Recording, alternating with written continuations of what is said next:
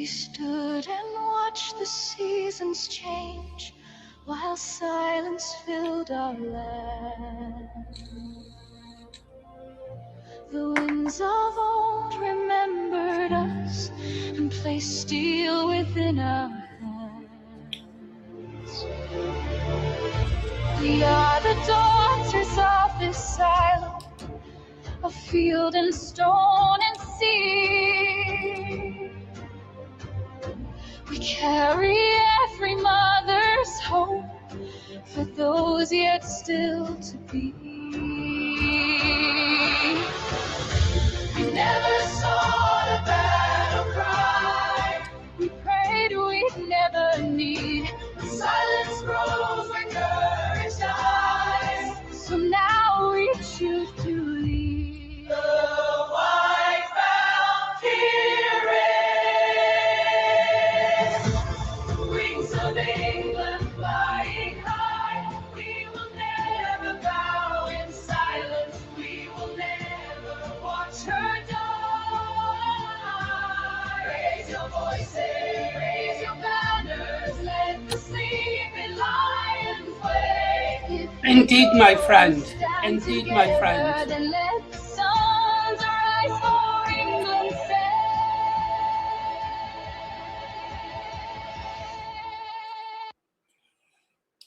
Let's stop for a second. And hi, GST. Glad to see you, brother. Be glad to talk to you. Let me put a link up. There's just some news about 12 arrests regards an Islamic event. I haven't read the details yet. I was just about to look it up. I don't know if you've read anything about it, if you're aware of it yet.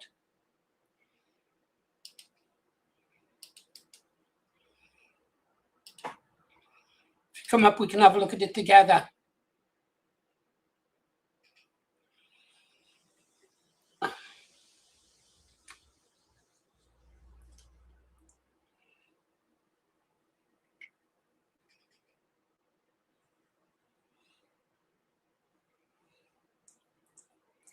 Okay, mate, I'll do that.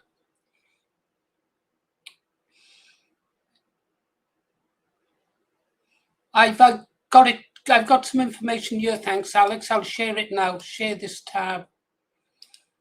There. Okay. Counter-terrorism policing arrested 12 people aged 27 to 82. Oh, respect to the 82-year-old. If he can do it at 82, I can do it at 77. In locations from Surrey to Ipswich, linked to an alleged extreme right-wing plot against the UK. Something shitword event held July 9-12 near Ipswich. 8 men were held under terrorism laws, 3 for suspected conspiracy to murder, and one woman for assisting an offender. Organisers ended the event early as a precaution, ensuring everyone left safely. This could be anything. Could just be a general stitch-up. These events have been banned in multiple Islamic countries, including Saudi Arabia, who describe them as a danger to society. Let that sink in. That was from Tommy Robinson. Okay, well, we'll be talking about Tommy Robinson tonight. Holding an Islamic event on an English heritage site is an act of Muslim imperialism, and cultural dominance should never have been granted in the first place. Congratulations to the locals for getting the event shut down. Total patriot victory. Let's see what Sky News says. Is it, guys? I am showing it, am I? Yeah. 12 people have been arrested as part of an investigation into extreme right-wing terrorism. Police say it's connected to a suspected threat directed towards an Islamic event held at Shrubland Hall in Suffolk over the weekend. 8 people were held under the Terrorism Act and 3 were being questioned about claims of conspiracy to murder. In a statement, the head of counter-terrorism policing London said, after becoming aware of a potential serious threat towards the Islamic event in Suffolk, We have moved quickly, extremely quickly, to make a number of arrests in various locations across the country. I know this news may be concerning to the public and particularly those in the Muslim community, given that we believe the intended target was an Islamic event. But as we have shown, we will not hesitate to act if there is any potential threat, no matter who or what the potential target may be. I'm also pleased to say that although the event ended slightly earlier than planned, it nevertheless passed off safely. Don't give a shit about the safety of the British people. There'll be more protection given to mosques now, never any protection given to the Christians who were attacked. Yeah, oh dear. Trust me to stop donations to the charity, to the channel, just as we might want to make more donations to the particular political prisoners that we've donated to in the past. Oh well, what have we got? We've got 14 people on here. I don't know if we'll get many people in GST. The apathy is strong in the British people, I'm afraid. I was hoping you could hold my hand and tell me that no, the British people will wake up, because at the moment I haven't got much faith in my fellow citizens, GST, other than men like yourself. We do have one problem, GST, and that is I have to leave this house at 6:30 precisely for approximately 12 minutes, yeah? As you know, my wife hasn't been well, but she's a lot better today, so she's going to go try and have a game of darts with her team. They've been suffering horribly since she's been unable to play for them. She's their top player. Told you before she's got hundreds of trophies. So that'll take me 12 minutes to drive her down to the village and drive back. So for 12 minutes, I can either play a live stream of music or you can talk on your own for 12 minutes. I leave that up to you. Okay. Can you manage, love? Okay, here he is.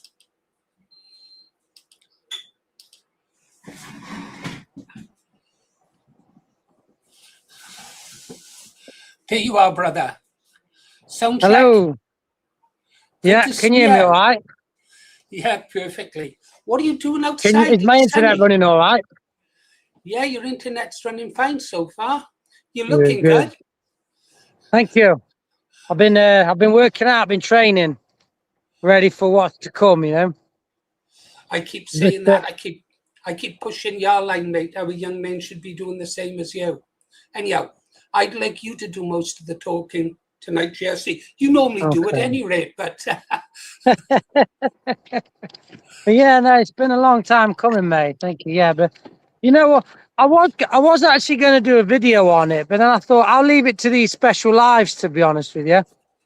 But I think I know what, you know, when you're saying more people aren't coming forward and more people aren't coming out, I think I've got a good idea of why it is and how it is, you know. But before we do that, GST, yeah, first of all, let's agree on the old tee out, yeah? If you want to come in, yeah? Tell us a bit first, well, your name, if you like, and a bit about yourself, where you live, the general area, so those people who aren't aware of you know just who you are. You're like a shooting star. Yeah, I mean, well, I've thank you. Yeah, so I've set up my YouTube channel about 4 months ago. The background of it is I was hoping to basically go into business and set up a mental health charity on the side. And one of the problems that I was finding with most of the people that I spoke to was they couldn't see a world that they wanted to live in. You know, it was always about, you know, what kind of world is this to bring up a family? What kind of world is this to bring up my children in it? And it got people depressed. And to be honest with you, I could see why people feel like that. You know, I've got background in the military, and I thought, well, why not just enter this space and see what I can do? You know, and my message to everybody is we can't sort anything out. We can't get anything back until we start working on ourselves. And obviously, I'll speak a bit later about how I feel us on the right, should we say, not the far right, just the right, is you know, where we're failing a bit and where we're going wrong, because you know the steps that we need to take, to be honest with you. We can't really do anything until we start working on ourselves, and this is how, in my opinion, we take society back. Hence, we're a great societal take back. We've got to start working on ourselves. We've got to start improving ourselves, and we've got to mend the cracks that are in our own walls before we start trying to fix the world outside. Okay, yeah, I understand that. I don't like labels, GST, but if I had to use a label on myself, I would describe myself as being far right, an ethno-nat. We'll use that. It's not a term I like. I don't like it at all. I've always just been a nationalist, my country. Never thought about ethnoism at all. How would you describe yourself? Well, I mean, to be honest with you, I'm somebody that's probably a mixed match worth of things, you know. I think I like the idea of some liberal views. I like the idea of society where everybody is equal, but I think I've lived life long enough to know that these things just don't work in current society, you know. So I'd consider myself having very extreme views. I tend to mainly be right, but there are some views that I am quite liberal on, to be honest with you. So I'm my own person. I like, this is the main thing, and this is where I think I fit in. I'm always open to be proven wrong. I'm always open to be you know, I'm always open to ideas. Somebody can fire at me an idea, and I listen. Yeah, I totally agree with something you said there, GST. You said you're your own man. I was thinking about this just before you come on. I was thinking, I don't like these labels, ethno-nat, civ-nat, stuff like that. I'm my own man. I think what I think. I don't like it when someone says, well, are you a Strausserite? Or on the Marxist side, are you a Marxist? Are you a Leninist? Are you a Stalinist? No, I've got these beliefs in my head, and that is the kind of person I am. If they want to label it as far right, they can. You said extreme, that you would be an extremist. Now, I don't know what your definition of extreme is. To me, some of my views may also sound extreme, or my solutions to our problems would be extreme, but they're not extreme to me. So if you say your views are extreme, they must be really extreme. No, it's one of those, you know, like it's a case of, I guess we all look for that kind of old school warrior type thing of, you know, I think if a man doesn't have a cause that he's willing to die for, then you're not really living life, you know. And for me personally, right now, I live and I breathe and I am doing what I'm doing for the future of not just my children, but everybody's children, you know. I have an autistic child, and I speak to a few people who've also got children with disabilities, and we're living in a world of uncertainty. We're living in a world of greed, a satanic ritual kind of behavior, uncontrollable immigration, Zionism that is just infecting the top elite of our systems. Our system itself, they don't give a shit about us and us as people and who we are, and they don't really give a shit about our future. And every decision that they're making at the minute kind of points in that right direction. So it's that idea of, I'm going out and I'm doing what I'm doing at the minute. I am putting my table out there. I'm talking to people. I'm getting people's views. Since I've been to Ilkeston, and I made a video about that, and then I went to Dovedale to put the table up as well. That's kind of got some both local and nationwide media coverage about it. Unfortunately, I've received quite a few death threats. I should imagine you haven't. You've earned them. In actual fact, JST, I wondered if you had perhaps a bit of a death wish, if you wanted to become a martyr or something, because I thought this guy is putting himself in extreme danger. And I was talking to, I think it might have been Alex, He was concerned about your safety, as am I. I'm concerned with any patriot safety. You're no good to us if you're dead. When you we started speaking, I noticed you had a pile of notes. Do you have a written down agenda that you'd like to follow, or are you happy just to jump all over the place the way we go out? I'm happy to jump. To be honest with you, the things that I've written down, I think we'll pretty much cover, to be honest with you. So, you know, it's, I think if there's anything at the end that we haven't really covered, we can go through it if that's all right. Yeah, that would be wonderful. Yeah. That would be great. Well, let's have a look then. Got to excuse me, train of thought there. I was thinking about something that you'd said. Okay. Back, I suppose, to ethno-nats, stuff like that. What do you feel about the terms ethno-nats, civ-nats? If you'd like, I could give you my opinion first. I've recently changed my opinion on some things. No, your opinion first.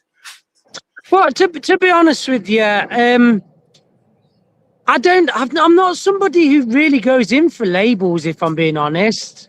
Yeah. You know, I've had a few times where somebody said to me, "Oh, well, you're this, you're that," and it's like, well, I've had my own views, I've had my own life, I've grew up in the system that I've grew up in, I've grew up around the people I've grew up around. My life experiences have shaped me. My honest opinion is, and this is where I look at it, like the white British race is unfortunately being pushed out. I believe personally that we are basically in the stages of the Kalergi plan, and I think we need to resist that at all costs. To be honest with you. Well, you answered a lot for me then. You answered a lot for me, Justy. But you know, my background is I've grown up with people from different backgrounds, different colours. So I'm not at that stage, to be honest with you, where I would turn around and say I'm kicking everybody else out that's mixed race or not white English. And I'll be honest with you, if somebody went into that space to turn around and say that is who they are, then unfortunately I would fight against that. But my argument is that, you know, we white British people and people who from an Anglo-Saxon, Scandinavian kind of background, we come from a rich history. You know, when you look at like Vikings and The Last Kingdom, the TV series, they've had millions and millions and millions of views. And Tudors, Rome, stuff like that. But people don't research the history. We should be a protected people. You know, that and obviously we can talk about that petition that you've got going on. I think if people haven't signed it that are listening, I genuinely think you should, because even if people are mixed race, whether people want to turn around and kick off at me for saying that or whatever else, you've got dual heritage. You are part of a heritage that's very rich in history. Since Athelstan was a warrior king. He was the first king of England, and he was literally he was somebody who fought and died fighting for a dream that was England. And since then, we have gone through so much history, so much rich, diverse history, and it should be celebrated. And people are trying to take it away from us, and we need to fight back from it. Well, we'll probably get attacked for what I'm going to say next. I'll definitely be attacked. They'll say, how can I consider myself an ethno-nat when I say what I'm about to go in to say? But during my time in the British National Party, GST, there were two brilliant, brave patriots, two of the bravest, hardest working patriots I've ever seen. And both of them were in interracial marriages. And I'm just thinking about the one guy. He traveled back to this country just because he'd been reading my blogs and my writings. And he was in contact with me for a long, long time, asking my opinion about interracial marriages. And the other one was native bred. I met his wife, his family come to stay at my place. He was married to well, it doesn't matter what nationality the young lady was. They were married, they had a beautiful child. I give him a funny nickname. And I would fight to see them people not being deported. I would. And yet, I can still, hand on heart, say that, okay, love is blind, yeah? It happens all the time. It's only by chance I didn't marry a Eurasian girl or a Malayan girl or a Chinese girl or a girl from any of the many countries I visited. I just never happened to fall in love with one of them. But I could have married one of them. Does my support for those... Sorry, go on. Sorry, I do apologize. I thought you stopped. Yeah, I am. But that said, I would still like to see this country a majority white country of around about, I don't know, 95%. I suppose I might settle for 90%. I mean, we've had very few black people in this area. When I grew up, there were two. A young woman, old woman now, the only black woman, and 1 mile to the north, there was a black guy. Made me laugh one day. We was having problems with another village, and he said, "Come on, lads, us Welsh boys got to stick together." To him, he'd been brought up in Wales. He thought he was Welsh. He was Welsh culturally, I suppose. I wouldn't see those people deported, but I don't think it's practical to do that. And apart from that, it wouldn't be right. It'd be something I'd fight against as well. JST, what sort of percentage would be acceptable to you, would you say? No, 100%. I think the same. The fact of the matter is, you know, a majority white country is what society, you know, our society that we know it has been built on. Since we have got to that point where we have allowed multicultural segregation, that's where we've had the problems. Unfortunately, you have the problems with black gangs in London. You have the problems with Muslims pretty much everywhere they go, to be honest with you. That's the sad reality of it. But I think, and this is my message to people, the world is a bad, horrible, and scary place. But at the same time, there are some amazing, amazing people in it. When you shut yourself off to somebody, when you shut yourself off to a conversation because the color of somebody's skin, you will lose. It's as simple as that. You know, I've had conversation after conversation. People might push back on this. I have had conversation after conversation after conversation, and I will continue to do so. If people value Britain as a white British country, value what a white British country has done for them, then as far as I'm concerned, for anybody to turn around and say that that man or woman should fuck off or whatever else, you need to take your head for a wobble. You do, because you will lose. We are in a system, and this is where the right is going wrong. You can be an ethno-nationalist and still have a friend that's got a different coloured skin to you. You can be whatever you want and have a partner that's a different colour to you. It doesn't matter. As long as you stay true to yourself, as long as you have the values that you have, and you believe in the system, and you believe in the country, and you believe in the history, you can't go wrong, because there are many people like us. You know, but if you are going to get to that point where you point the finger continuously and say, no, no, no, no, no, no, no, you are going to fail. It's as simple as that. The system that is in place right now is solely there because of division. That is it. These people at the top, they completely control exactly what we think, how we see it. And right now, we are trying to fucking fight back with it. And all you're doing when you're causing division with somebody that you might agree with 100%, you're just feeding into that system. This system does not give a shit about you. You know, prime example, at the start of this stream, for people that have not heard, we were talking about this this supposed attack on this this Islamic event, right? Straight away, 12 British people, terrorism offences, this and this and this. Oh, but then we've got, you know, we've had a Welsh choir boy go and kill some girls in Southport. You know, we are allowing this division. This kind of shit that we've allowed it. We as men have allowed it because we're divided. We're not united. We're not getting together. We're not banding together. We're not having conversations in the street and saying, we have fucking had enough of it. And this is where we're going wrong. This is where I'm trying to fight back. Okay. I haven't got any We're getting some negative comments. I expected this as well. Yeah, but not, that's fine. we're not in this game to be liked, are we? We're in it to tell No, the truth. definitely not. of what- Listen, at the end of the day, if people have a problem with me or what I say, by all means, message me rather than, you know, do whatever else. Come out and meet me. I go to all these places. Well, better I'm than trying that. my hardest. Better, You know, better than that. Oh, Say again. time out. Better than that. You people in the comments who have a problem, I'll put a link in and you can come up and debate with Great Society GST if you like. So, Laura and Loza, would you like to come up and talk? And I'll put a link in and you can come and talk. Oh, Loza, I know Loza. I don't know what. Laura and Loza, can you see it? Hang on. If I put the comments here. I don't think Loza's slagging me off. I'll be surprised if Loza was slagging me off.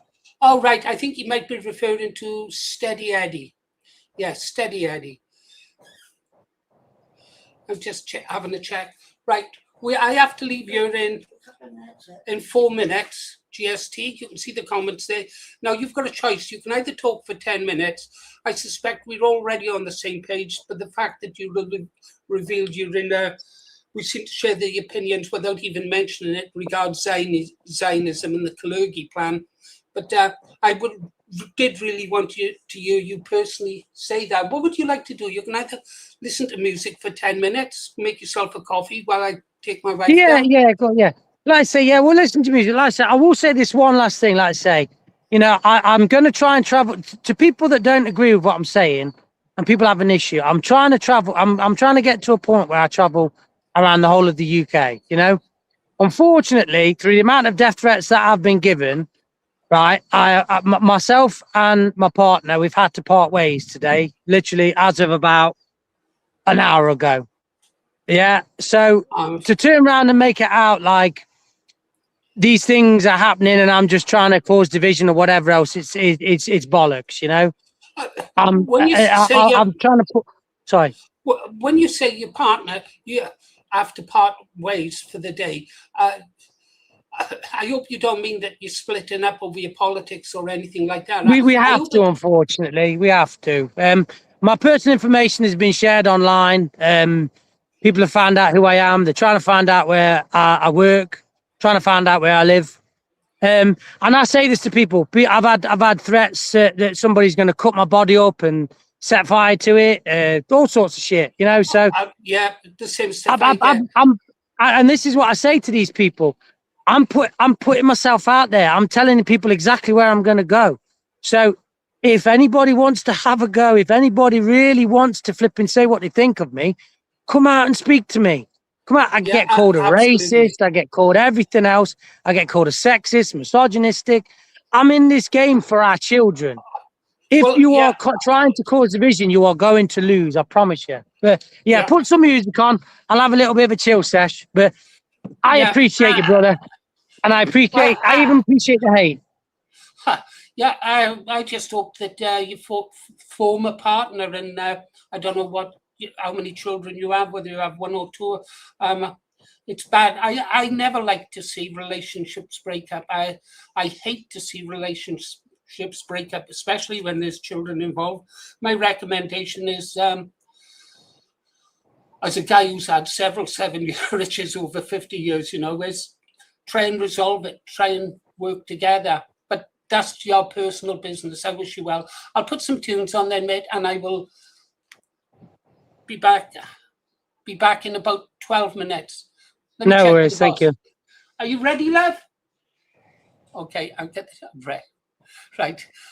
We're going to play music by Kev K57, yeah? He's got a good playlist, so I'll do this. Share this. I'm going to tap you up on the side. There you go. We have watched too many turn away with nowhere left to hide. This is not a call for hatred. This is not revenge. It is simply love of homeland, a bond that will not bend. Understand us and sons, how long will you remain silent?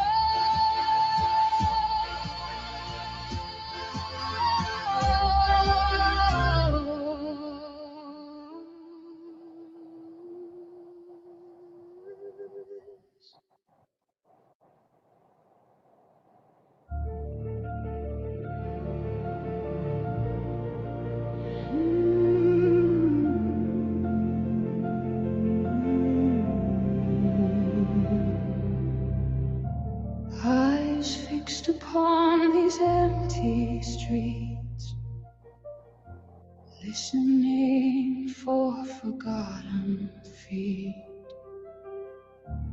Every doorway tells a tale of hopes once strong that somehow failed.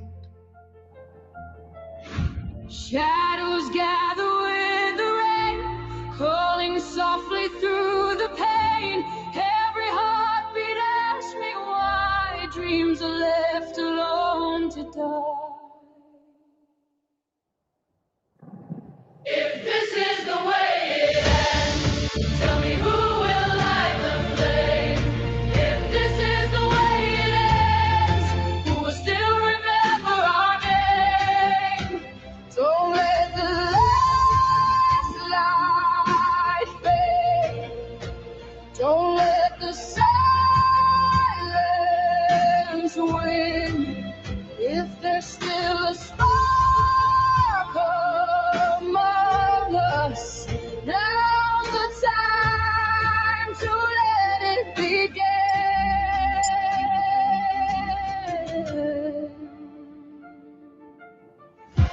Church bells ring through empty air, echoes searching everywhere. Photographs in weathered frames, holding on to yesterday's names. Truth is harder now to find, lost beneath the noise of time. Yet somewhere deep beneath the storm, a stubborn seed is still our own. If this is the way it ends, tell me who will light the flame. If this is the way it ends, who will still remember our name? Don't let the last light fade. Don't let the silence win. If there's still a spark among us, now's the time to let it begin. More than walls of brick and steel, more than stories history sealed. Every child who dares to dream can turn the tide against the stream. The night is long, the wind is cold, but hearts are stronger than we're ever told. This is not the way it ends. We'll be the ones who guard the flame. This is not the way it ends. Tomorrow still can't know our name. Raise your voices through the darkness. Let the weary hear your song. Hope is only ever beaten when we choose to not stand strong. This is not the way it ends.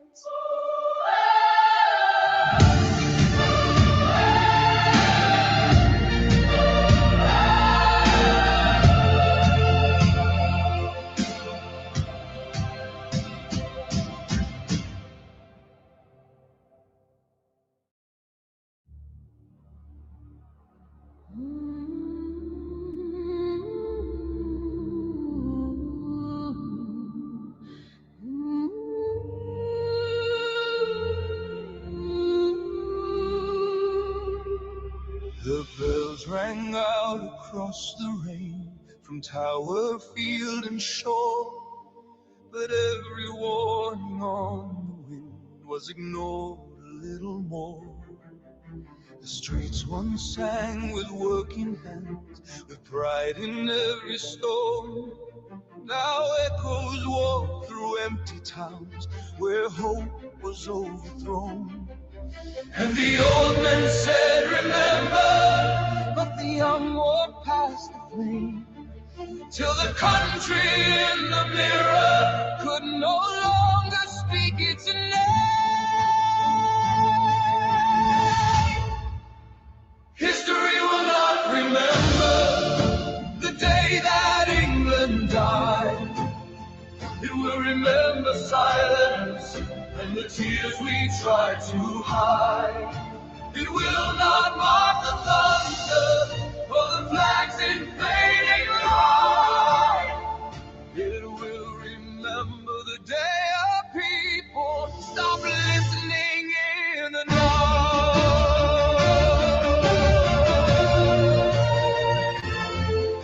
The factories fell to whispers, the churches lost their song. The truth became a stranger, no one dared to carry long.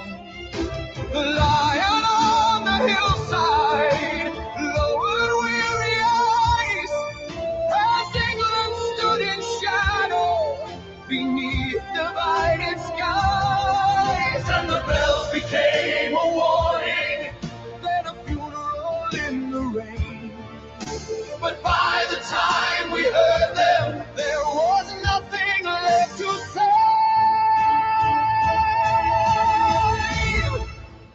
History will not remember the day that England died.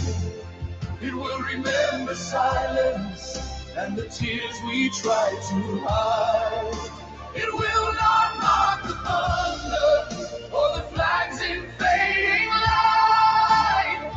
It will remember the day our people stop listening in the night.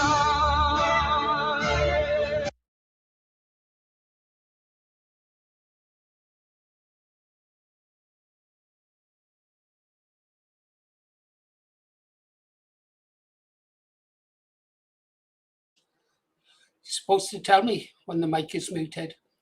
Yeah. Okay, right. So, how long did that take me? Yeah. Rabbi Rob, Mike, is something wrong with your hearing, Rabbi? Something wrong with your hearing? 38. Okay, so 8 minutes up and down. Take the wife to the darts, drop them off, handbrake, turn. Welcome back, GST. Oh, yeah. Yeah.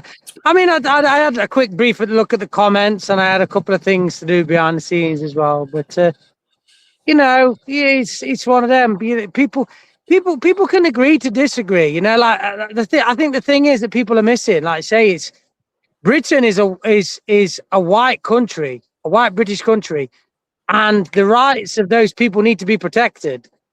All the people that, you know, are kicking off about it, saying it's a race war or anything like that, do you go out and touch grass? Do you go out and speak to people? That's what I'd like to know to people, you know, like I say, and I acknowledge the fact that we have issues when it comes to black gangs in London.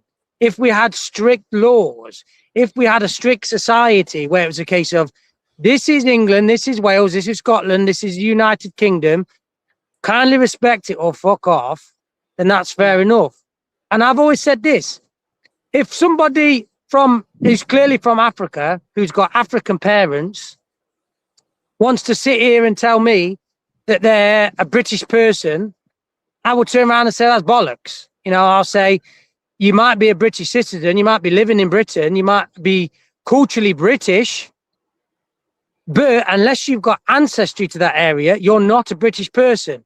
In the same sense that if I and 1,000 white British people go to Japan, and then we live in Japan and we breed in our own community, none of our ancestors, none of our offspring for 10,000 years would be Japanese unless somebody decided to date a Japanese woman and have mixed race children. It's as simple as that, you know. And so I don't know why people, you know, and this is where the problems stem. People are turning around and saying, "Oh, we need to fight for our country. We need to fight for our country." But I'm just going to make an enemy of everybody. This is where we're not going to win. It's too fractured. It's far too fractured.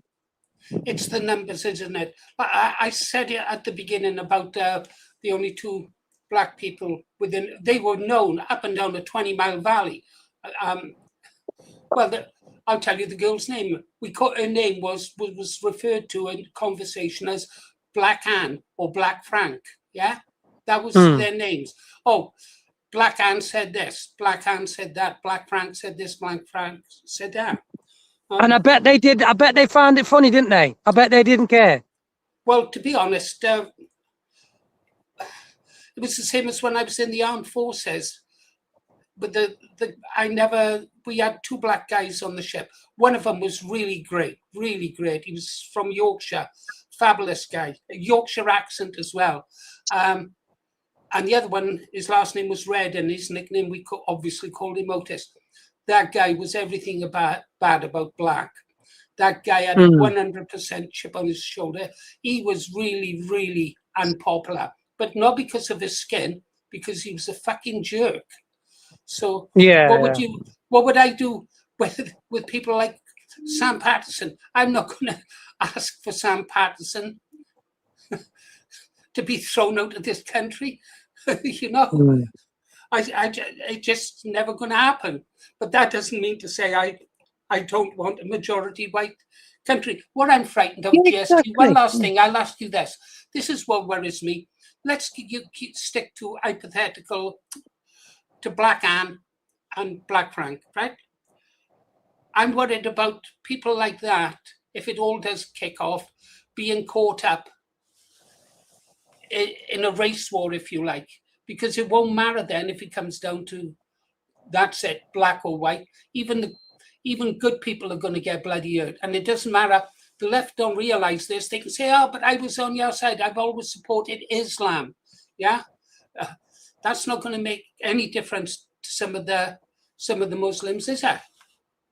No, that's the thing. You know, people have to recognize where the fight is and where their enemy is. You know, like I say, we can make an enemy of black gang culture in London. You know, but the reality of it is, you know, if people go around to London, people will see the young black lads holding the signs saying, "Put the knives down." You'll see them. They're getting threatened every single day by their own community, but they're out there doing it. There's no Muslims going around. There's no Muslims speaking out against the grooming gangs. There's no Muslims speaking out against the 25 Muslim MPs who have done nothing for society outside of their own ummah. You know, just let's say just today with this whole flipping attack, you know, this supposed attack that was foiled at this Muslim event. Shabama Mahmood has come out. Yeah, this is a disgrace. This is this is that. She hadn't said fuck all about the attack on Anne Widdecombe. She hadn't said fuck all about the attack on some other things. Yeah. Same with that you know, all the pieces of shit. There's loads of them. I make loads of videos about them all the time, slagging them off. Islam at the minute is the plan. I get it. There are bigger forces above that, but I've always said it's like a house of cards. And right now, Islam is at the bottom, propping it all up. We cannot deal with the government.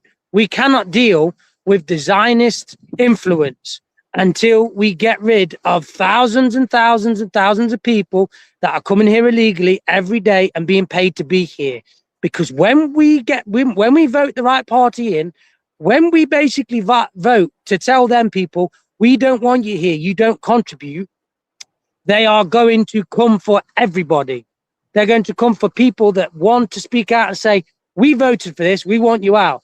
They are not going to turn around and say, okay, mate, that's fine, buddy.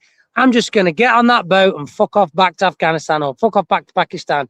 It's like, no, I have come from a shithole because I'm a cowardly man and I come here for the benefits, or I've come here because one of the terrorist organizations has told me to come here, because they did. Hamas did it. Hezbollah did it. Colonel Gaddafi turned around and said it ages ago. All these terrorist organizations around the world, the Muslim Brotherhood, they have been telling their followers, go to Britain, take their benefits, take their system, take control of what you can, you know, exploit their system, get into positions of power, and then we can take their country. And Jim Chowdhury, Jim Chowdhury warned about it 30 years ago, and nobody listened. Well, yeah, first of all, though, they are taking those benefits with the assistance of our bloody traitor government, who are encouraging them. I don't know. It's a mercenary army. Yeah, it's basically Connor Tomlinson was on about it yesterday. Connor Tomlinson made a brilliant video about it yesterday. I don't know if you saw it, but he detailed all the new immigration law changes, which means there's going to be even more people coming, more people, and he went into it in great depth. It was over an hour long. You should watch it. One thing you say about Gaddafi was actually the cork in the bottle. He warned what would happen if we removed him. It's all very alarming. Do you think we've got it? Do you think we can vote our way out of this? Because I don't. I don't think we can vote our way out at this moment in time. Because not enough people are woke up. Not enough. Everybody's scared. And I'll tell you this, and I wrote some notes down on it. You know, when it comes to why aren't enough people speaking out? Why aren't enough people doing anything about it? It's because of the system that's in place. You know, a lot of people, you know, let's say, for example, if somebody openly speaks out about their views in public and to their friends and to their immediate family, they can be reported to social services. Their children can be taken off them just for having views, just for having a political view that this is going on. Because it'd be like, right, okay, well, we want these two gay people who have got mental health issues and haven't really had a background check. We want them to adopt a child, which unfortunately that 2-year-old was brutally murdered in the most horrible way. But if this right-wing family want to push their Christian values, if this right-wing family want to turn around and say Britain should be 90% white, if this right-wing family want to turn around and say that Islam is a problem in the UK, we are going to take their children off them and we are going to give them to the state. That's why a lot of people aren't speaking out. You know, people's jobs are being taken away. People are losing their jobs on a regular basis because they are putting things online, because they are part of groups. You know, it started with things like the BNP, EDL, and now it's just got out of hand. Pretty soon you'll see it. It's only a matter of time before you start seeing companies put on their policies. If you're a member of Restore Britain, you will no longer be, you know, you will be out or something like that. People will turn around and say, oh, well, the laws are this, the laws are that. They change the fucking laws all the time to suit their needs. Look at what they're doing. They've been ignoring the Constitution for decades when they've been bringing people in that nobody flipping voted for. Yeah. You know, but even if we were to win politically, by some off chance, because I've lost faith in the British public en masse, if we were to win, there's still the institutions, the civil service, the Crown Prosecution Services, the NHS, education systems, universities. They are riddled with these liberal Marxists. How do we get rid of them? We just need to be tough. Men need to be men again, and this is what I'm saying. So, you know, people genuinely do need to start working on themselves. And I say this: I've been to a few rallies now. Yeah, I've been in this space. How can we expect somebody to be passionate and take control of their country, their community, their family, their society, if they haven't even got a job? If they're not contributing to the very society they're willing to save, you motivate yourself to be employed before you find a space, find everything else, get some hard work. And then, you know, like I said, I've been to it again. People just want to smoke drugs and drink alcohol. Me personally, I know it's been a tough topic, so I won't brush on it. I don't smoke marijuana. I don't give a shit if somebody wants to do it. I really don't, right? But when you're going to these events where you can be attacked, where the general public are walking past you to see what you're doing, if you're stood there with a can of beer in your hand, smoking a spliff, acting like a fucking twat, you are no example to anybody. You are no example to the future of this nation, and you are embarrassing yourself and you're embarrassing the cause. You need to exercise your fucking mind. You need to exercise your body. If you can't do a pull-up, if you can't pull your own body weight, you are not a man. But you can fix it. You can fix it. Change your diet, change your mindset, change yourself. Right? I agree. Right. I agree with you totally. For fuck's sake, I'm 77. Right. I told you my journey to get fit again. I do exercises every day, as much as within the constraints of my age. I lost 5 stone. I couldn't get up the floor. I can now do press-ups. I can do squats. And as you know, legs are the most important thing, isn't it, to stay mobile and balanced? So if I can do it, a fucking 50-year-old man can do it. Yeah, no, I'm No, agreeing. You I feel like to better say, as well. I know. I like to say, I was going to say, like, and I lost my train of thought a bit there. But like I say, Sorry. I understand some people have got disabilities. That is fine. And that is acceptable. A prime example, and this obviously I've got a military background. I have known somebody who lost their leg. They got depressed. I'm not going to name his name because it's not fair. They then got depressed. They were down and out. They became England's strongest disabled man. He then became a professional football player. If he can do it, you can do it. I got to a point in my life where I didn't go for a single day without killing myself because I went on antidepressants. And I never, ever had a suicidal thought until I went on antidepressants. As soon as I started taking them, because I hit rock bottom, I started to have suicidal thoughts. So I flushed them all away. I chucked them in the bin. I was like, no, I'm not having this. But for a while, every single day I thought about doing it. I've turned my life around. It's not perfect, but I know it's going to get better. So everybody knows somebody who's either an alcoholic. Everybody knows somebody who's depressed and on antidepressants. That person can only be saved when they take control of themselves. And everybody has it in them to be great. Everybody has greatness within themselves. We do not need to lose 19 people a day to suicide. Everybody can be the best version of themselves. And as soon as you look at yourself in the mirror and say, today's the day I'm going to change that, that is when you can do it. Because until you conquer this will always be a failure to you. And you'll be forever be part of the problem. Well, I'm in total agreement with you there. I agree with you 100%. I just wish I'd listened to someone like you years ago, but I never ever really thought about it, to be honest. And being an article writer, I didn't need to go anywhere. These people that I saw at demonstrations, GST, the type you talked about, the ones swilling from cans, smoking joints and that. I was looking at, as you know, I've been on I've only been on 3 demos recently, and I was ashamed of them. I was ashamed of the way they behaved, the way they were dressed, the way they were acted. And I was thinking there, okay, granted, I'm older than them.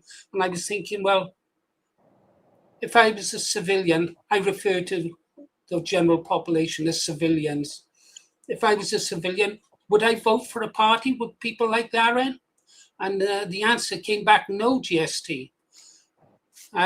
Absolutely. Then again, I don't suppose a real Restore Britain voter or a real nationalist, and I call myself a real nationalist, there's no way I'd behave the way that they did. I would be trying to portray the best image of the party policy, the party publicly, and show a good image and a willingness to debate and be polite about it. But them lot, they don't do us no favours at all. The same way the auditors. What's your opinion on auditors before I forget? So I've got a bit of mixed feelings about auditors, to be honest with you. You know, like, so the main thing is, and I'll come to the state of the youth afterwards, but like, for example, let's take the issue that happened in Birmingham with those 3 black lads jumping on that white lad. That white lad is probably going to get off his case, yeah? And he's probably going to be having a lawsuit against the police. That never would have happened if an auditor wasn't stood there filming it. True. So we wouldn't find out a lot of stuff that we do know now without auditors. However, these people, they are monetized by stuff that is filmed. There are some patriotic auditors. There are some unpatriotic auditors. Yeah. I think the problem that you've got is the temptation is there for some of them to film stuff that gets people put in jail. And that, to me, is where I can't support those people. And some of them even prey on individuals that haven't educated themselves properly. And I'll give a case in point. Not so long ago, there was a demonstration in Crewe where the members of the White Vanguard were turned away. And there was a straggler from White Vanguard who was basically being pushed and bullied, and his mask was being ripped off. Obviously, I've got my own personal opinions on. Sorry. He wasn't White Vanguard. I think he was Aryan race, something like that. He was a lone wolf guy, but I do take your point. But I just okay, yeah, that's fine. So I apologize to anybody who's in White Vanguard then, if but regardless, so nobody knew exactly who this guy was, right? I've got my own personal opinions about masks. I've said this to you time and time again, and I'm willing to have that conversation with anybody if that's what they want. But I know one of the lads that was actually trailing behind the young lad and was trying to pull his hood off. He's somebody that I know. And I spoke to him about this, and he said, oh, yeah, he was a raging lefty. And it was like, you need to educate yourself on these things. I know straight away that person would have been pushed by an auditor to do what he did. And it's a case of, again, it's just creating more and more and more division. I think there's certain issues that need to be ironed out, but doing that without knowing the ins and outs of it, it's just silly, and it's just going to create more and more and more division. And we aren't going to conquer anything. Sorry. Okay, before we move on, you said something, you're prepared to talk about masks. I would like to talk about masks, because up until recently, I used to think the fucking left, show your faces. Don't be cowards. If you've got something to say, show your face. But however, since I've been speaking to, I had the privilege of speaking to some White Vanguard members, they give me very good reasons why they can't wear masks, and you know what they are. They would lose their jobs. A couple of young ones would have problems with their family and stuff like that. So yeah, I'd like to hear your opinion on masks. Personally, I've got a zero tolerance on it, and I respect your point completely. And like I say, maybe at some point I will change my mind on it. But my honest argument here is we need to have a warrior mentality. You know, I'm facing what I'm facing every day. If my job found out about me, I'd probably lose my job. But at the end of the day, we have to collectively turn around and say, I don't care. You know, I said this to somebody. I said this to somebody the other day. They turned around to me and said, well, we're going to come for your job. And I turned around and said, okay, mate, what do you think is going to happen if you find out where I'm employed and you get my job taken off me? Do you think I'm going to sit there and cry in a corner? I am restricted massively by my job. I work 60 hours a week. I get up at anywhere between 11 o'clock at night and 2 o'clock in the morning to work 60 hours a week doing a lorry driving job. I work my fucking arse off. It's not the kind of lorry driving job where I'm sat in the cab and I'm unhooking a trailer. I'm wheeling cages heavier than myself around high street shops. Yeah. So at the end of the day, my main obstacle to that is when I want to be out demonstrating, when I want to be going out with my table, I am asleep because I'm getting ready for work. So if you get my job taken off me, you will see my ugly mug on the streets every fucking day until I get another job. So you carry on doing it. Carry on doing it. Well, I think we might have to disagree on this one. I did say at the beginning I spoke out against people wearing masks. But say for an example, the case of a 35-year-old man. He's got 2 children. He's paying a mortgage. Yeah. He's in a niche type of job. It'd be difficult for him to get another one, but he cares passionately about his children and he wants to do something about it. So he thinks the best way forward is White Vanguard. I don't want to see that man. I want to see him on the streets and I want to see him doing what is right, but I don't want to see that mask ripped from his face and for that man to lose his job, lose his house, probably lead to the breakup of his family. You know, politics does lead to the breakup of the families. No, I really wouldn't see that. The other thing is, why make the police's job easier? They are bastards enough as it is, yeah? So why make them work for their money? If they want to arrest someone, let them identify them instead of counting on CCTV cameras, you know? But have a think about it and perhaps we'll talk about it down the road. I'm happy to, and maybe one day when we meet, I'll meet some of those people that are in the masks. I'll probably sympathise with them. But like I say, it's just like I say, it's about having that warrior mentality. If I, you know, I've said fuck the king so many times I can't even flipping remember. I've turned around and I've said Muhammad is a paedophile loads of times. If the laws change, if I get locked up, I'll have to go in solitary confinement. You know what? What do you think I'm going to be doing for 23 hours a day? Yeah, I think that's why they haven't really come for me over the years, is because I keep saying, throw me in fucking solitary. I could do the breakfast every day and watch Sky TV at night. Look, but I will say this. I got to tell you this first, Chesty. You said, fuck the king.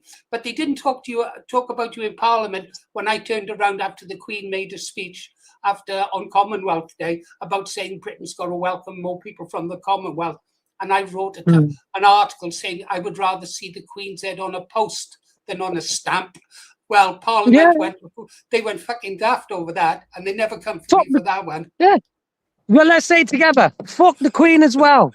Fuck the Queen. Because she knew exactly what Prince Andrew was doing. She would have known it.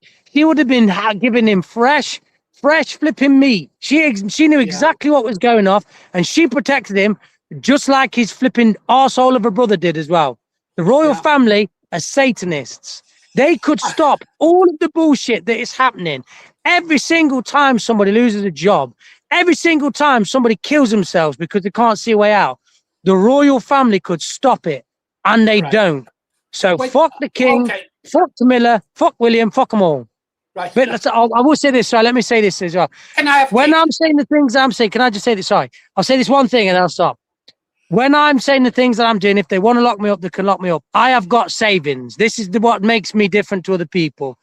I wouldn't leave my family high and dry. I've got enough money to keep my family going for a good couple of years until I can sort myself out a good lawyer and get myself out of there. I've been in a privileged position where I've saved up a lot of money, and I will hand that to them, and they will be able to survive without me for a while. Well, I want to go back to the royal family, but first of all, that reassures me a bit, because I have worried about you, GST. I don't know why, but for some reason, I worry about you. Going back to the royal family, talking about the Queen, everyone holds up the Queen up into high esteem, the best Queen we've ever had since Queen Elizabeth I.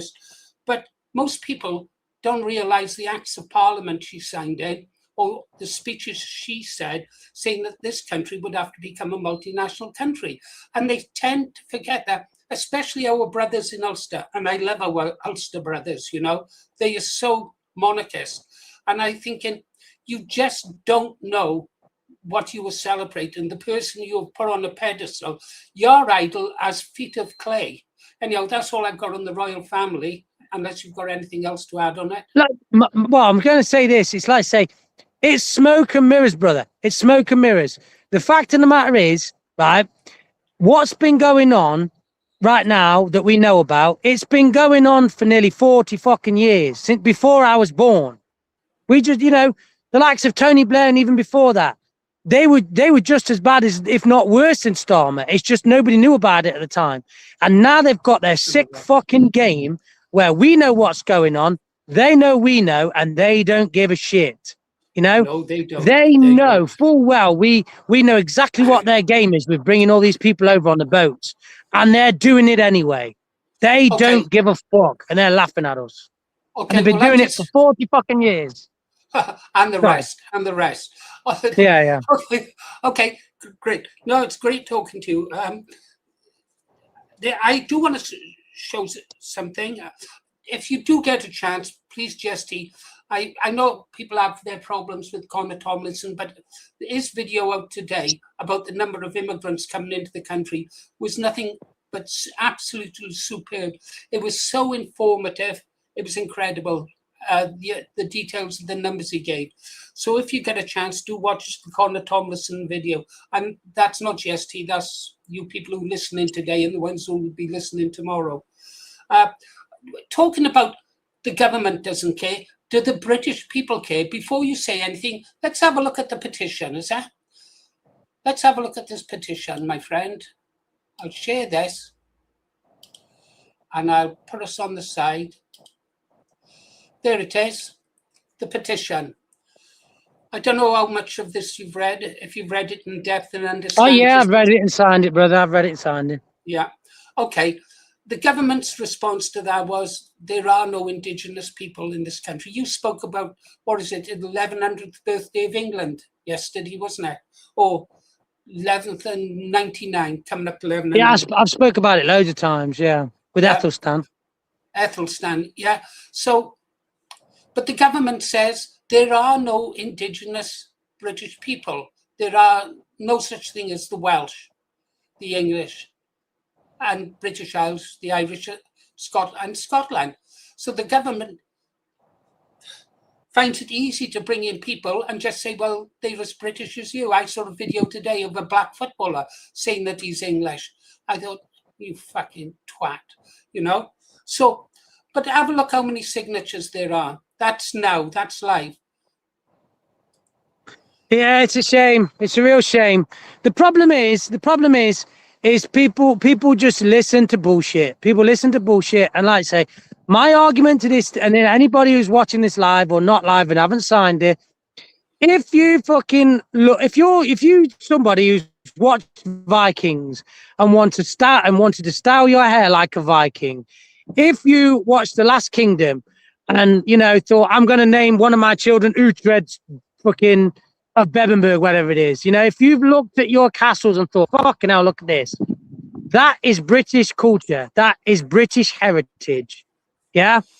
And we are literally a rich nation that has been built and bound by war and conquest. Yeah.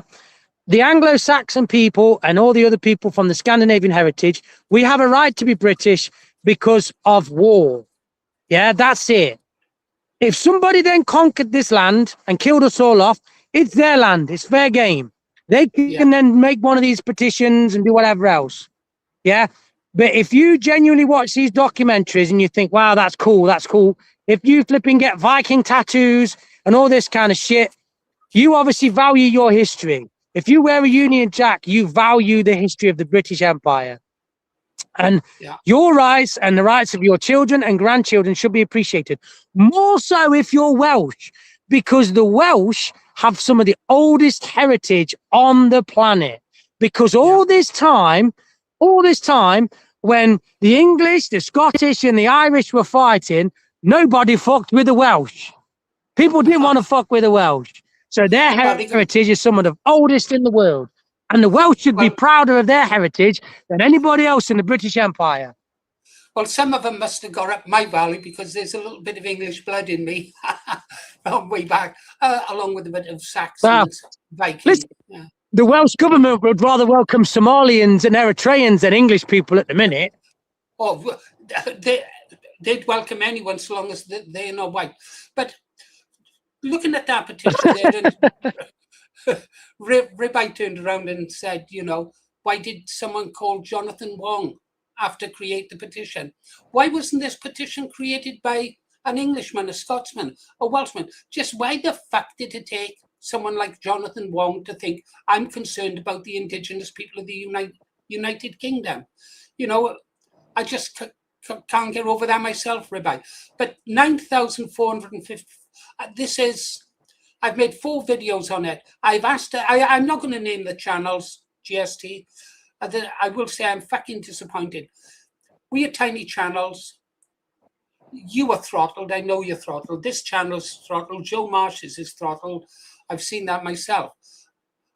One big channel could get that up to the 100,000 for it to be debated in Parliament.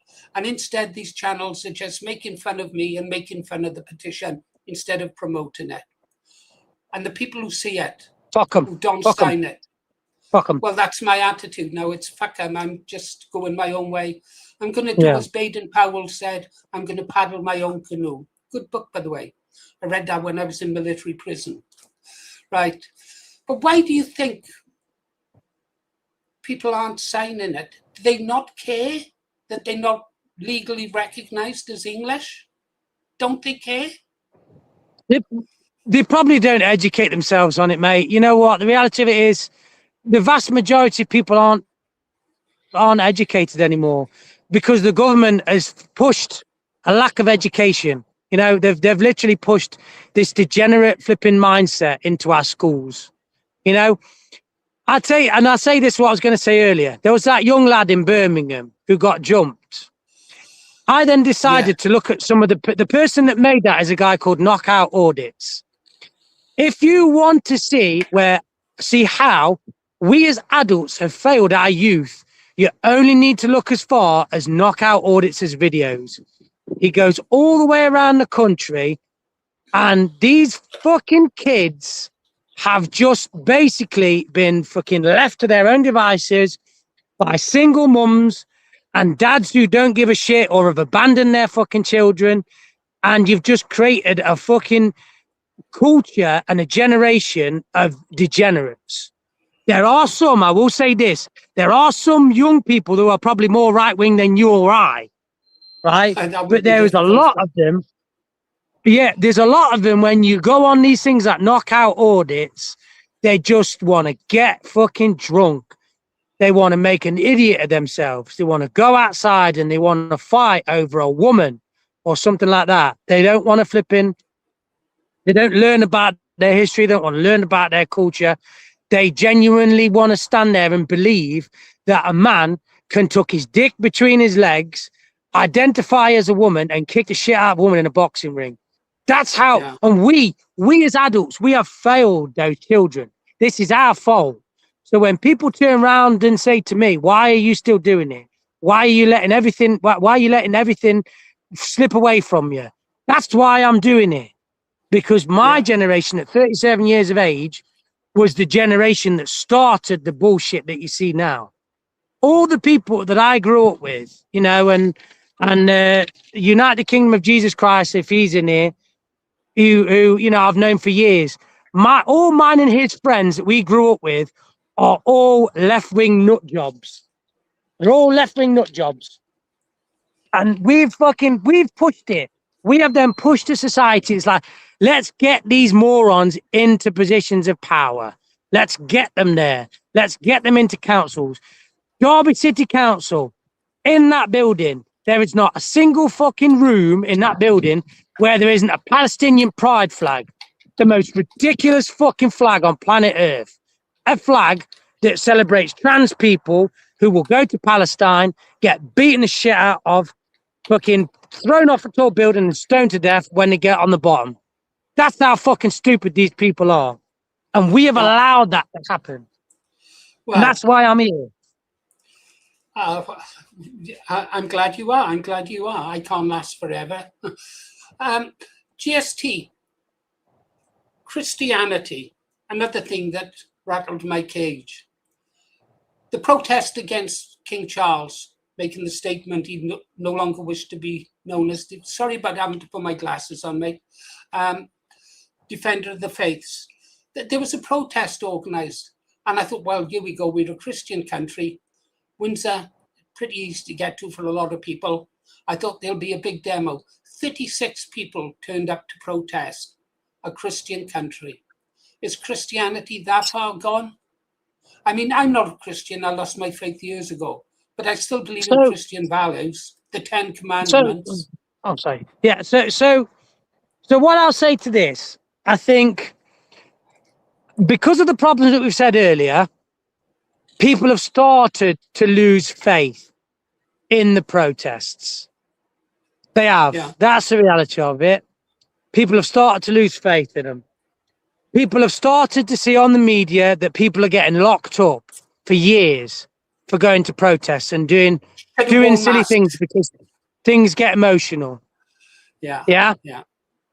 And unfortunately, we as a society, we have lost our Christian values.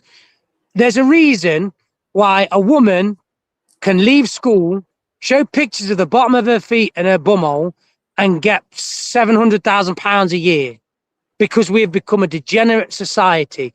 We've become over-sexualized because people have lost their faith. Christianity built the Western world. It built society. Yeah. I am at that stage now where I want to be a Christian. I want to believe in something. Me personally, I find it hard to believe the divinity on earth. I believe that when we look around at our world, when we look around at things, there is just so many things that should have stopped us from being here. You know, the odds of us being here like we are now, speaking as we are now, are billions and billions and billions to one. I understand. So there is some form.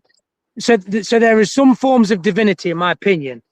But do I believe Jesus was able to split a loaf of bread and fish to feed 1,000? Do I believe Moses parted the Red Sea? Do I believe Jesus rose again after Easter? No, I don't, because I don't believe in the divine on earth. That's the reality of it, and that's where I personally hit a brick wall. But all the good things about society were built on Christianity. When the soldiers went out to World War I, they went as parishes. The Powers battalions were made up of factories and churches. Yeah, we had that tribal instinct that we need to get back in the UK. Without us being tribal again, we will never, ever, ever get our country back.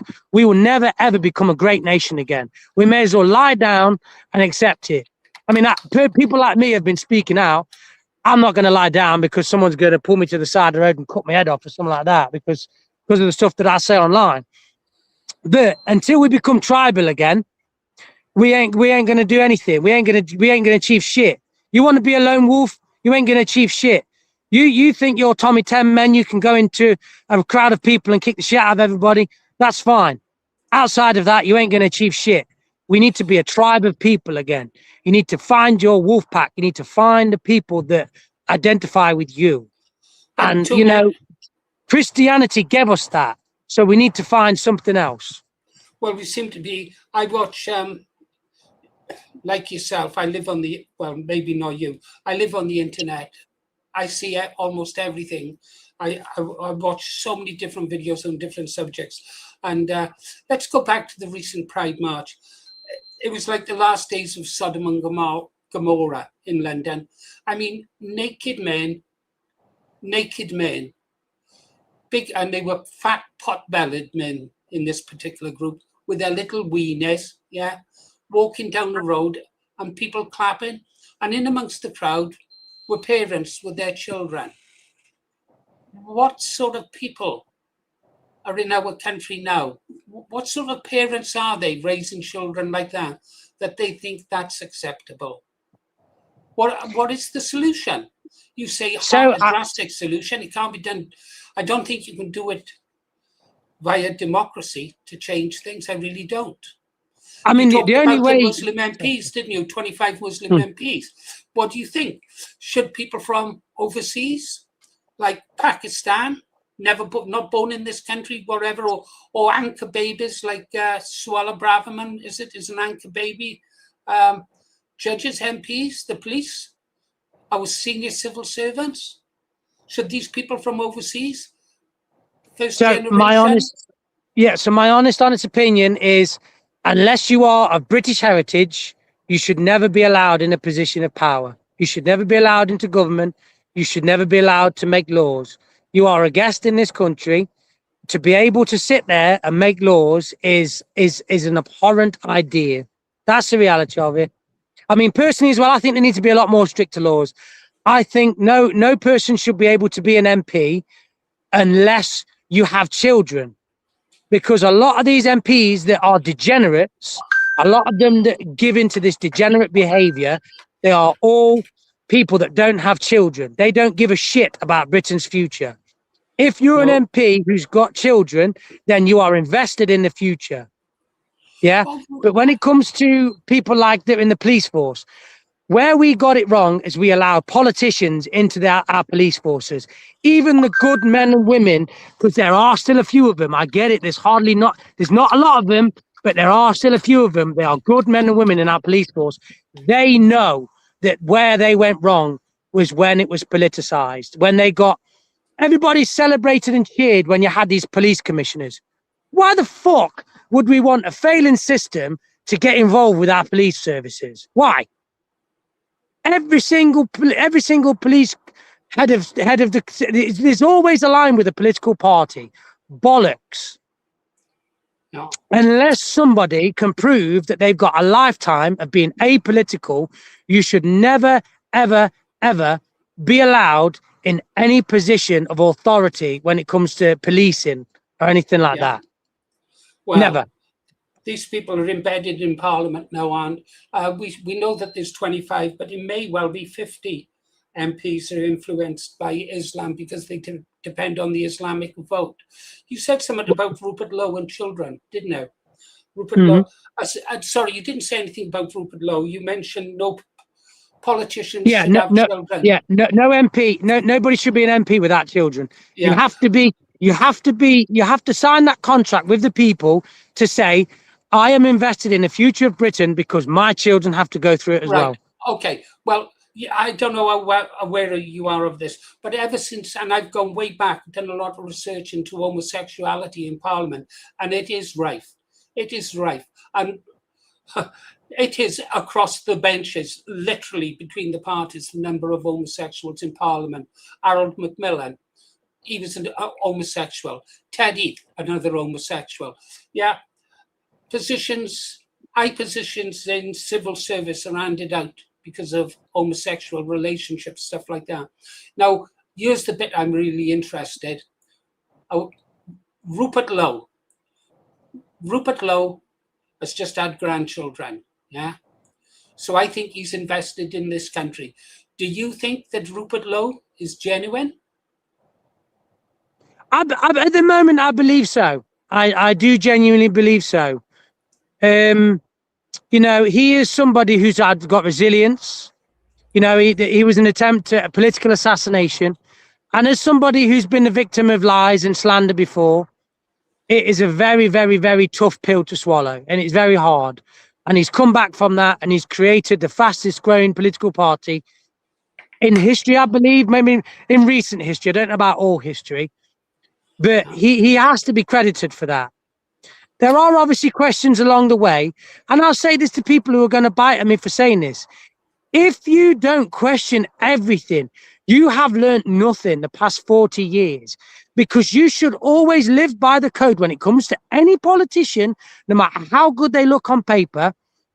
Yeah, you should question it. If something is too good to be true, it's not. So I need to find out. Somebody's just turned around and said this about it. I'm going to research it. Don't go into any situation with rose-tinted glasses. People did that with Nigel Farage, and look at where that's got us. Yeah. With regards to Rupert Lowe, there's a bit of a fuss at the moment because talking about football, he dropped the ball, shall we say. Or they say he dropped the ball. I don't know that he did. Rupert said that there was a bit of a spat over on X. I thought Rupert done rather well. And he mentioned a black footballer playing for England, you know, and this foreign MP turned around and said, keep that footballer's name out of your mouth, you'd have him deported. And he said something, keep politics out of football. And I thought, well, do you think Rupert dropped the ball when he said what he did about football? I mean, what do you think of the English football team? I don't recognise it as an English football team, to be honest. No. The unfortunate thing is, I don't. I think personally, I just think it's a load of DEI nonsense. That's the reality of it. It's been pushed. Maybe some of the lads there are innocent. The ones that I have problems with, like, I know a few people that rave about that Anthony Joshua. Fuck Anthony Joshua. If you're going to identify as Britain or British, and then you're going to fucking carry a Nigerian flag out into the ring, fuck off to Nigeria as far as I'm concerned. If you are somebody who was it that I made a video about it, it's off the top of my head. Who were the people that flipping rioted in London when they got kicked out by France? Morocco. Listen, if you are a Moroccan and you are living in London and you want to get pissed off because your team got beaten by France, you want to smash up our once great capital, which was once the greatest city on the earth, fuck off back to Morocco. We have got plenty of white pieces of shit here. We don't need Moroccan pieces of shit as well. So fuck off, as far as I'm concerned. That's my message to that. But you forgot to mention that Morocco did exactly the same when they won against some other team. They went rioting and running around the streets of Paris. Then, didn't they? Paris fucking burned, doesn't it? Paris fucking burned. It's a disgrace. It's a disgrace. That's what I'm saying. Like, say, and I am going somewhere. And this is when Morocco won. They still trashed the city. And then I don't know if you watched the video, the live stream by Freedom Dad last night, and that I repeated or restreamed at the same time. And today, last night and today, I've done it 2 days running. The crowds in Ulster on the streets of Belfast were enormous. I mean, I don't know if you've seen the GST. The crowds were huge and they were white. They were white. And there was no trouble. They were not running amok and screaming and tipping things over or trashing their city. They were there celebrating. They watched the bonfires burn. They watched the fireworks go up. It was an amazing sight, and it should be like that across all of the United Kingdom, not just Ulster. Ulster showed the United Kingdom last night what it means to be part of a community. Watch the videos at GST, skip through it and just have a look at the crowd scenes. It'll warm your bloody heart. If I was going to leave this country, I'd go to Ulster. It's tribal. This is what I'm saying again. It's tribal. It's a tribal mentality. Without finding you find your fucking tribe, and you know that's what I'm saying. You become a warrior in your fucking tribe. You know, it's that idea. It's better to be a warrior than a gardener in a war. It's as simple as that. And you ain't going to be a warrior unless you find your fucking tribe. Everybody's heard of the fucking phalanx. Be a warrior in the phalanx. Yeah. Until you get that mentality, until you're prepared, and that's what I'm saying. You don't have to fucking be prepared to die for whatever other cause, whatever political party. If you become part of a tribe, you will be prepared to die for the man to the left of you and die for the man to the right of you. That is what has made this world fucking great. Because you have a brotherhood and you have a tribe. Yeah, it made Rome great, didn't it? Yeah. We do it. I'm digressing. We'll return to Italy. I want to go back to Northern Ireland, something Freedom Dad said. 2 things. First of all, don't lose your train of thought. First of all, he bumped into some Indians there and he interviewed them. He was very polite, friendly, if you like, not overly friendly, but polite and friendly, not intimidating. And he asked them how long they were here, what they were doing here, why they were here, and what they intended to do. And they said they intend to stay. All right. And you're working here. And yes, some Indians are very hardworking. And as a race, they're fairly intelligent. I've worked with them, many of them. And, but as Freedom Dad turned around and walked away, he looked and said, don't get too comfortable, right? But then he put up a post, which I really loved. And it was the image of the bonfire with the mosque on top. I'm sure you've seen it. We streamed it, the burning of it. And underneath he put, Ulster will never be replaced. But Ulster's Gomain, you know, and he's right, Ulster will never be replaced. Now, I meant to make a video this evening with the best clips of it, because in it, Freedom Dad turned around and said, here's a message to the British government. You've seen what the people of Ulster are like. You know what we are capable of.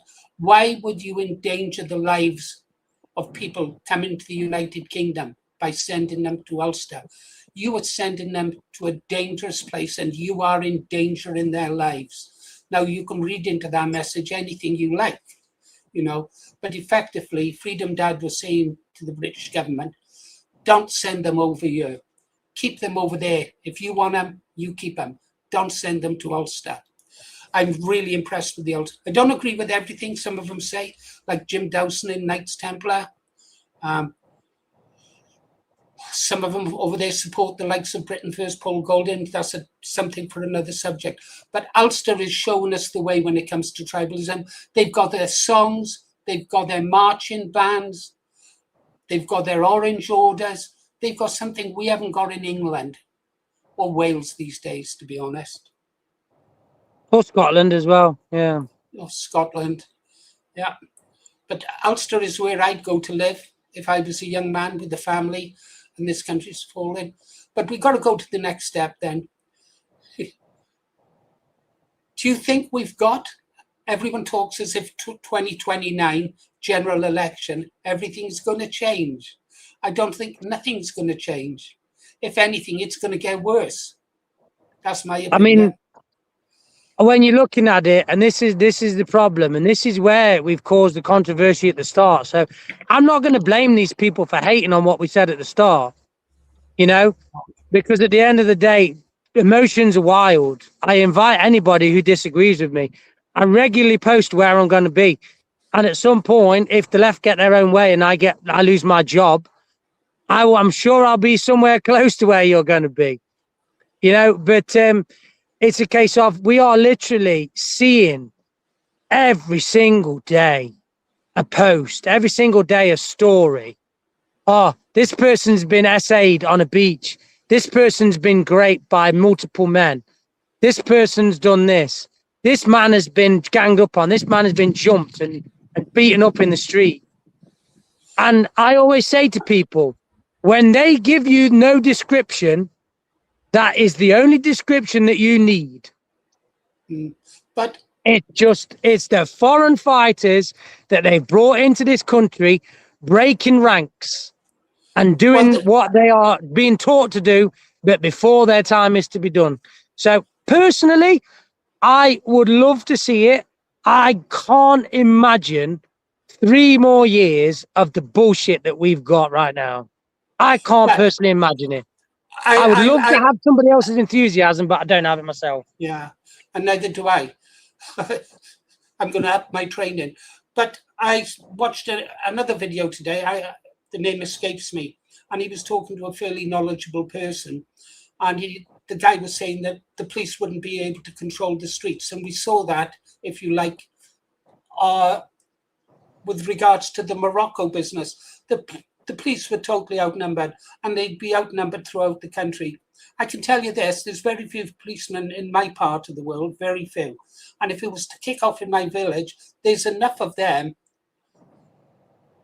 to decimate this village, because there's not enough men near each other or in contact with each other to stand together to stop them. They could go from home to home, a small 20, 40 of them, no problem. They could raise 40, 60 easily if they wanted, and they could destroy this village in a matter of hours.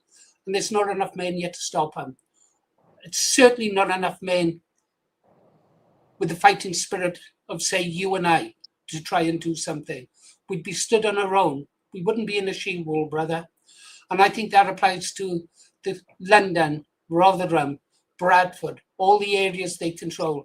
I mean, you've seen them doing their own patrols. They march around in phalanxes, don't they? They do. Yeah, in Birmingham. Yeah, especially Birmingham. Like I say, it's the Muslim Defence League, they call it. They had a massive presence in Birmingham. Fortunately, they didn't encounter anybody because after the Britain First one, fortunately, you know, like him or loathe him, what he's done recently, but Paul Golding, he had it locked down. He gave people some good advice, and he looked after everybody that went there. From the sounds of it, you know, everybody left with the group. Yeah, they didn't even a group. But I can tell you this: I was at the start of the march, at the end of the march. I watched it. I videoed most of it, and even so, yes, there was some men there of say your caliber, capable of looking after themselves and those around them. But there wasn't enough of them. If there had been organized opposition, there really wouldn't have been, you know. Mm-hmm.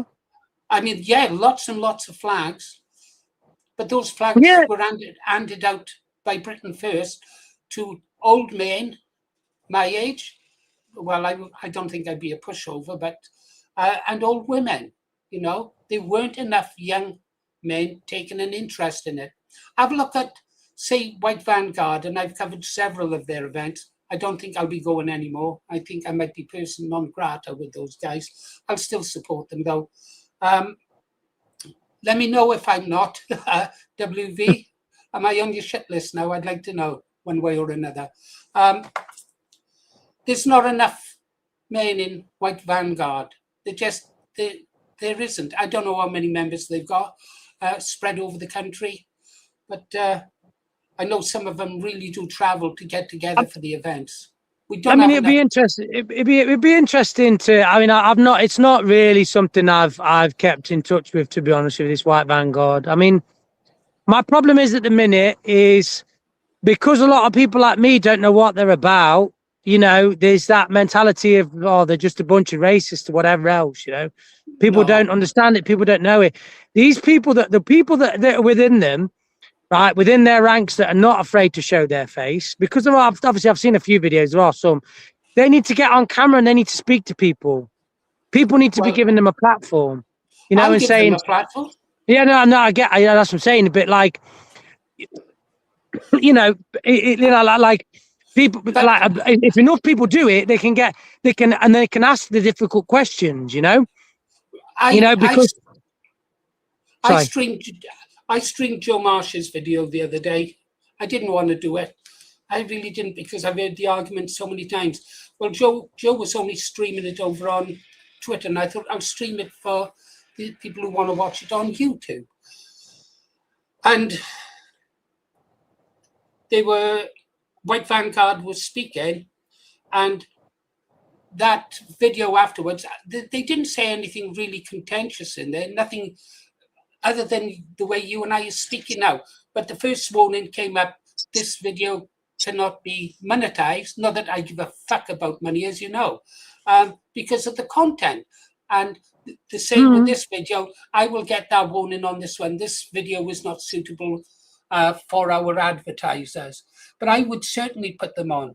I would certainly give I think, but I'm only saying this because, like you say, it's my main honest opinion is, until they get themselves out, you know, whoever needs to do it, you know, maybe get a bit, if they've got jobs and you know, they can't really have the time to do it, maybe one of them has to accept the mantle as like media representative, use it as his full-time job, maybe crowdfund some money or something like that. But they need to get themselves out mainstream and let them know what they're about. I'll hold my hands up and I'll say, I don't exactly know what they're about, because what they're in danger of is being banned as a political organization. Yeah, and then all it's done is created political division, because people will buy into that and say, oh, well, they're just a bunch of racists. And, you know, and I say this to people all the time. My honest opinion of BNP, I've looked at the history of it. Obviously, you've been in the organization, you'll know it more, and you might have an opinion that might differ this. You might think I'm talking shit. I don't know. But because the vast majority of people didn't know what BNP was all about at the start, and they most people only listened to the negative media that was pushed out there, it was very easy to hate BNP. Most communities didn't have the problems that have now. So if BNP was made now, and, you know, somebody with, you know, because Nick Griffin, he's changed a bit, I will say that, but he's clearly a very, very intelligent man. Someone like him might have come on the scene, and a lot more people would have listened to what he was saying, because a lot more communities have been affected by it. I honestly think maybe BNP was right idea, wrong time. And unless White Vanguard kind of get themselves out there and show people what they're about, they might be the exact same. Society might not be ready for it. Well, I've had a drink with some of their members, and I've got to be honest, I think you'd like them. I think you'd like them. I'm not sure you'd agree with some of their, and I'm sure their ideology is right across your organization. They might seem a bit too far to the right, but when it comes to sort of, shall we say, blood, soil, the land, stuff like that, yeah, you'd like them. They care about. But this is what I'm saying. This is what people need to get into this mindset. We are never me and you can sit in a room for 5, 6, 7 hours. I mean, we're doing all right here with 1 hour 40. We aren't going to agree on everything. We aren't. But you know what makes us men is we can leave a conversation and realize there's 90% of the stuff that we agree on. And this is what I keep saying to people. Right. A lot of the left people, sorry, let me finish this. This is the same with a lot of the left. The left agree with 90% of the stuff that we say. It's just they're extreme left. They're the 10% that we all disagree on. They are fucking batshit crazy with it. Yeah.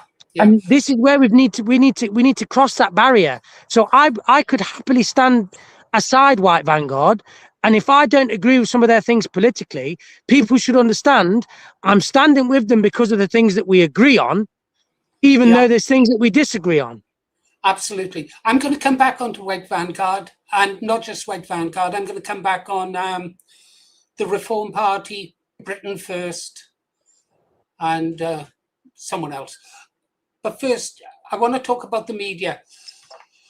I had to go down the chemist. There was a neighbour there, a nice guy, a really nice guy. And he said, "What do you fucking think, Paul?" I said, "Think about what?" He said, "What they fucking done? They threatened to kill Donald Trump." I said, "Oh, ooh." He said, "Iran, we should bomb him." I said, "What's Iran done?" He said, "They blocked the Straits of Hormuz." I said, "Do you know why they blocked the Straits of Hormuz?" Crickets. I said, "Have you ever heard of Greater Israel?" "No." "Yeah. Well, what about fucking Russia? That Putin is a dictator." I said, "Where did you get this?" He said, "I saw it on the BBC." I kept calm. I wouldn't be rude to a neighbour at any rate, and I liked the guy. And I said, "Don't believe everything you see on the BBC." And this is the problem, going back to what you said about the BNP. People believed what they read in the mainstream media. On a personal level, and you will accept this, you've been smeared, you've been tarred. The people even now smearing me, labeling me, accusing me of things I've never ever done, never said. But they'll throw that shit. And some people listening, dumb, thick people, will swallow that shit. So yes, the media, waking the people will up. throw shit at you and some of it will stick. Some of it will stick. Yeah, absolutely. Absolutely. Luckily, I love shit. Throw it at me. Chuck it at me. It doesn't bother me. It's good for my complexion. I didn't keep a good complexion to this age without a bit of shit on it, that's for sure. Now, you touched on something there really important. You said you would stand with White Vanguard, even if you had differences with them. So would I. Now, where does that put us with regards to people like Paul Golden, who, as you know, I've met several times, and he was right on 14 words when I knew him. 14 words all the way, yeah? Now he's a Zionist. He says that people like me are Nazis. I might be. If I wasn't a Nazi, well, I'm not, for a start. But if I was, I wouldn't tell people. Real nationalists don't say what they are. They don't reveal everything, They know what the British public can accept at this moment in time and what they can't. But so he says I'm a Nazi. But at the end of the day, regardless of what I think of Paul Golden, if he was standing in a shield wall against the Muslims, I would stand alongside him. The fact that he hates, that he works for Israel, he's a big Zionist supporter, yeah? And I loathe Zionists as much as I loathe Islamists. On that issue, I would stand in the shield wall with members of Britain First, and even members of Nigel Farage, who I loathe equally. I would stand alongside Reform Party members if they were fighting a common enemy, in the same way that the Catholics and Protestants are coming together in Northern Ireland, thanks to people like Freedom Dad, to fight against a common enemy. It's all a bit complicated, isn't it, these relationships? Yeah. Absolutely. You can't afford to be a purist at this moment in our history. You fucking stand with somebody who believes in what you believe in. If you have a common enemy, the enemy of the enemy is my friend. We are always going to disagree. There is a house of cards that we need to knock down. And the bottom layer of that is made up of hundreds of thousands of fighting age males. It is made up of 200,000 Salafi Muslims, and that's according to Google alone. And we all know if Google says 200,000, there's probably 400,000. I had a chat with a liberal fucking woman, an idiot, in flipping Ashbourne the other day. She turned around to me and said, 200,000 is not a lot. There's millions of them. 200,000 people who want you dead is a lot of fucking people. Yeah? They're the people that we need to be wary about. The people that want to implement Sharia law into our country. The other stuff, you know, I'll say that this is a saying that I've made up. You've got to remove that magic carpet before you can get to the cartons of juice underneath it. Yeah, I agree with you. And actually, there was a poll carried out amongst the Muslim community recently, and there were 50% of them fully supported radical Islam. 50% of the Muslims supported. And that's the ones that are only going to be honest about it. Yeah. That's the ones that are only going to be honest about it. There's a lot more that will lie about it, Paul. Absolutely. A lot more. And then it was like 35% were sympathetic to radical Islam. So they were sympathetic, and only 15% had the courage, if you like, to say, no, we're against radical Islam. So, yeah, they would do what they are told. They do what they vote the way they are told to vote. Yeah, they act the way they do. They act as a tribe. If there's one of them attacked or any nonsense, they are out as a tribe, something we don't do. But when we do go out on a tribe, we are fucking, the police will beat shit into us and lock us up for years. They won't fucking, they won't fucking, that's what I'm saying. These Muslim men, they have been training. A lot of these illegals have been getting gym passes that are worth 80, 90 pounds a month. Why we're all working our fucking asses off, squabbling against each other, figuring like, oh, well, I don't like you because you've said this, and I'm going to have a squabble about you because of some internet bullshit. They have been fucking pumping iron. They have been going on the treadmill. They have been patrolling their streets when these flipping patriot parades have gone along, right? If they find you, they will fucking kill you because A, they can fight, and B, they hunt in packs like they have done for fucking years because they're tribal. And as soon as they kill you, they will just scatter and they will go off to foreign lands and foreign soils, wait out until it's all passed, and then they'll just come back and they will evade justice. Your rotting corpse will be in the ground, your family and friends will be crying over you, and you'll be forgotten about, and while they're all laughing and joking about the screams you made as you left this fucking planet. That's the reality of it. Yeah. They fucking hate you for who you are. Yeah, people need to realize that. Yeah, 100%. Can we take time out for 1 minute? I have to get a glass of water. Yeah, of course. You want to get a drink or anything? I think maybe we're both going to get kicked off the internet after this. We've pissed a load of people off, and now we're going to get kicked off the internet. Well, I don't care who I piss off these days. I've alienated the fucking left. I've alienated the homosexual community. I've alienated the Muslims. I think it's only the Welsh Presbyterians I haven't knocked off. And that's only because there's only 4 of them left and they're not on the internet. So, okay. We need to attack the feminists at some point. Let me get a drink of water and we can have a go at them, because I saw a sickening video of a young woman, an attractive young woman, dancing with refugees, and really, I thought, you stupid, silly girl. Especially she'll be dead next week. She'll be in the papers dead next week. I've seen so many of these liberal women belonging to refugee groups and stuff like that, trying to help them, winding up dead. I mean, I've seen some sickening images that you can't put up on the internet of what their bodies were like and the shape they were in when they found their naked bodies. Truly, truly sickening. And their friends, I can't understand it. She loved that community. She supported open borders, and they're dead. And the stupid women who go on solo trips around the world and then vanish. Yeah. Yes. There was a liberal man of the worst as well. I gotta have water. Go on. I'm gonna check the comments for all the hate. Okay, good man.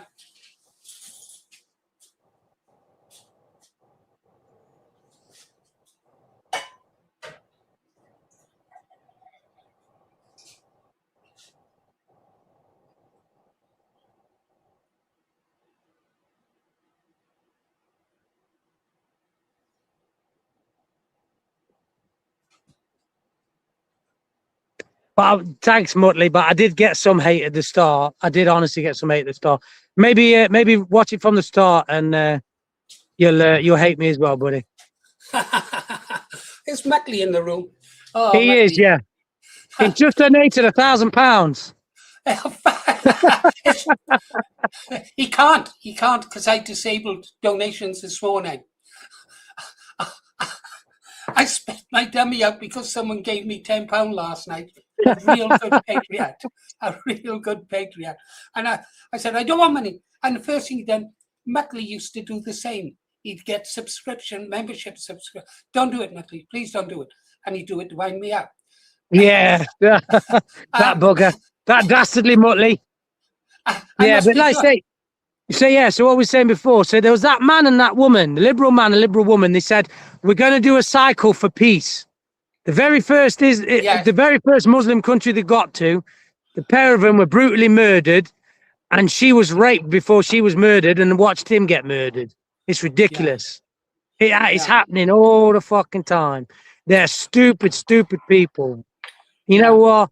The greatest thing about it is there's a growing number of conservative women that are literally fighting back. And that's great. That's a great thing. But this liberal feminism, it fucking started everything. You know, it started everything. Men became weak because they came disassociated with women, because they were being women were being told that they were getting paid less than men.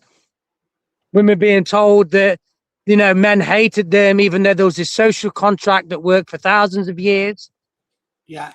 They were told men are all pieces of shit and women need to be empowered. Women then came into our workspaces, realized it was shit, and then blamed the men. So then the men became so disassociated. And that's the reason why most men don't look after themselves. That's the reason why most men get depressed. Because they don't get heard. They don't get seen. The sole purpose of a man in a civilized society that's not at war is to find and create a family and provide for that family and raise that family and instill all those masculine traits. Allow that girl to turn into a woman who can make great choices. Allow that young boy to become a man and carry on the legacy of what it's like to be a man. And women broke that contract with men. And now women need to fight to get that contract back. Okay, yeah, I'm in agreement. Have a look at your notes, see if there's anything we've missed, GST. I've got as much time as you like. Love trees. I tell you what, I did want to talk about the election in Clacton. What do we think of that then? What do we think of that then, good sir? My gut feeling is every single person, every voter opposed to Nigel Farage, be they Tory, Labour, Restore supporters, Raving Monster Looney Party, should go and vote for the bin man. Because I'd love it to see Farage removed that way. You know what? Like the joking side of it is, the guy behind that bin or underneath that bin is a complete leftist twat. He is a complete arsehole. He is. If you look into it, if you look at the way he greets Andy Burnham, right? If you look at the way he greets Andy Burnham, you can tell he is a complete lefty. And it will be shit for the people of Clacton upon Sea if he gets elected. But when it comes to the serious side of it, I hope that Count Binface does win that election. And I hope Nigel Farage gets booted out. Because I'll be honest with you, I'll say this. I have a theory that this is all planned, as you know. I do think that Farage's establishment and is in bed with the Islamists and Islam is the plan. Yeah. Because if you look at the board of people that are going to be basically taking up the investigation about him spending money, there are, I think it's 16 people or 12 people. It might be 16 or 12. I'm not sure. Someone will correct this. But when it comes to the politicians, I think it's 12, to be fair. So I think if let's correct me if I'm wrong, or it might be 14. Actually, now I'm thinking that. But 4 of these people are Labour. 2 are Conservative.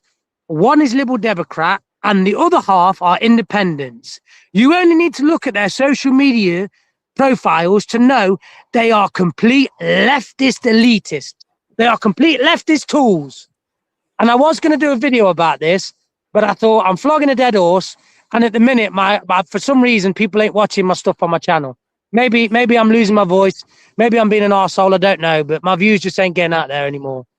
So I'm like, that's not down to you, my friend. That's not down to you. That's down to you. But what I was saying, so basically, what Farage has done by taking all this 5 million quid, and some of his supporters can be like, but he took it before he got into as an MP. He's been in politics for fucking years. If somebody gave him £5 million, they knew he was going to go into an election. They knew he was going to go into parliament. They knew it was going to be what's what. He has been taking private jets. He's been taking helicopters. He has been taking small donations everywhere. He hasn't even tried to fucking hide it. Those people are going to find him guilty by any way possible, and they are going to throw him out. So in my opinion, that was the plan all along. It's like me and you, Paul. Me and you, right? Let's say we join an executive company that we get paid 200,000 a year or something like that, right?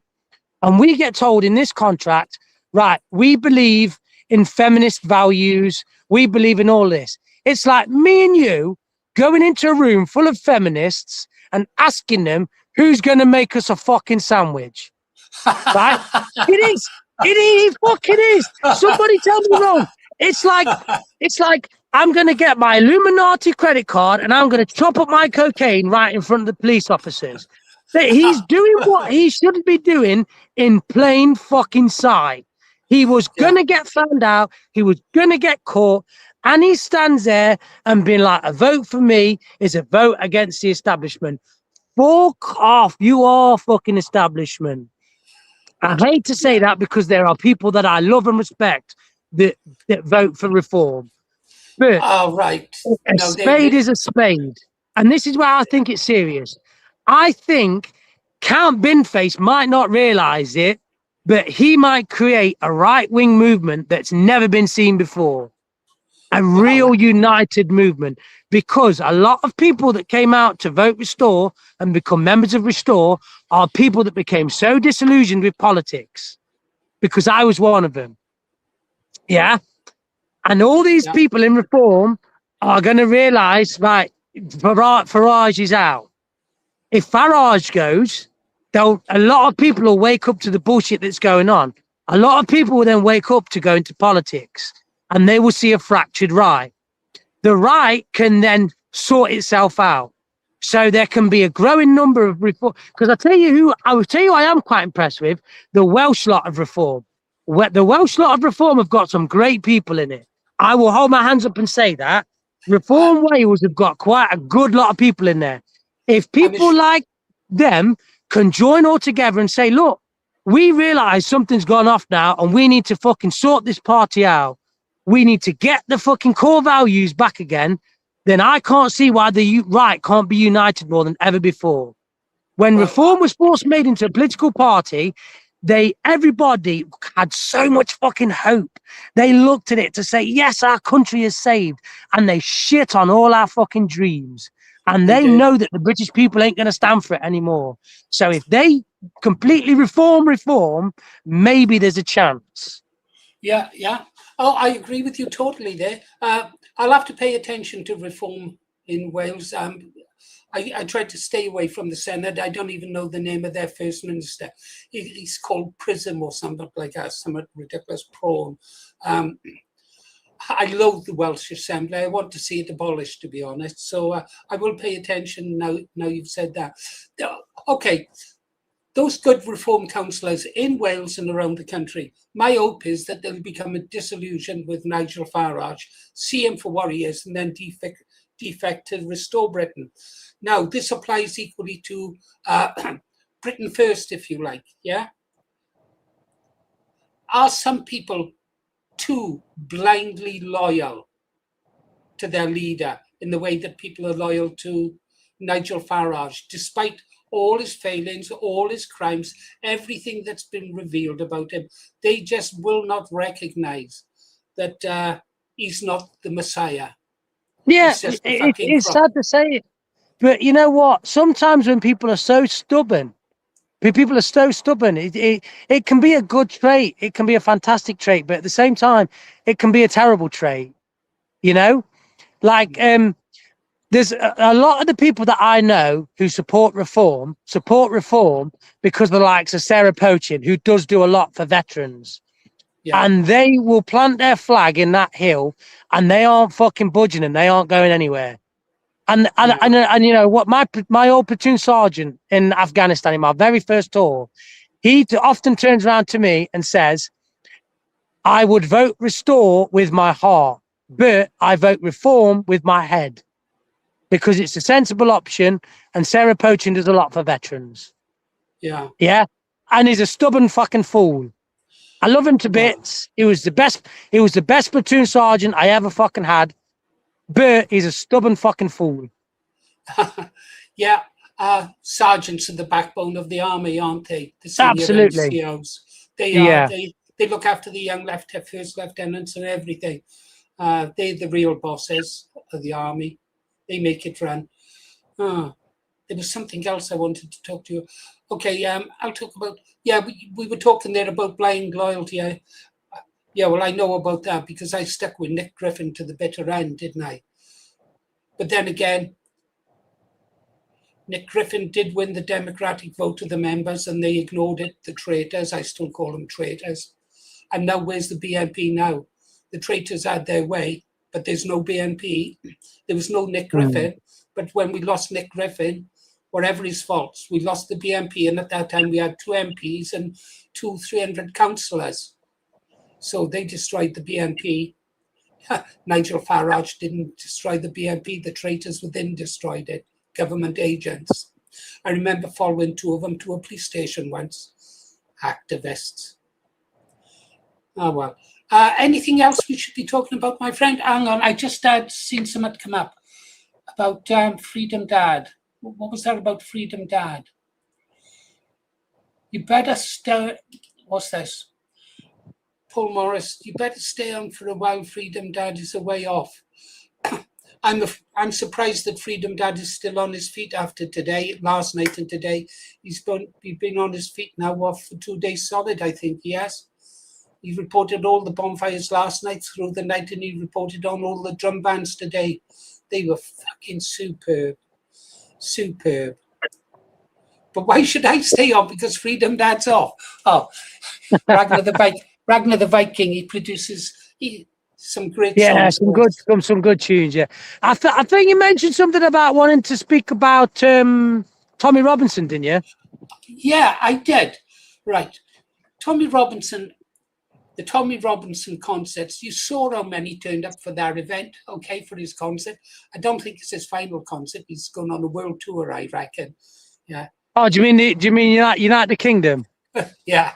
I was saying, Unite the Kingdom. Yeah, like I said, I was there for the last 2. I'm not gonna lie, hold my hands up.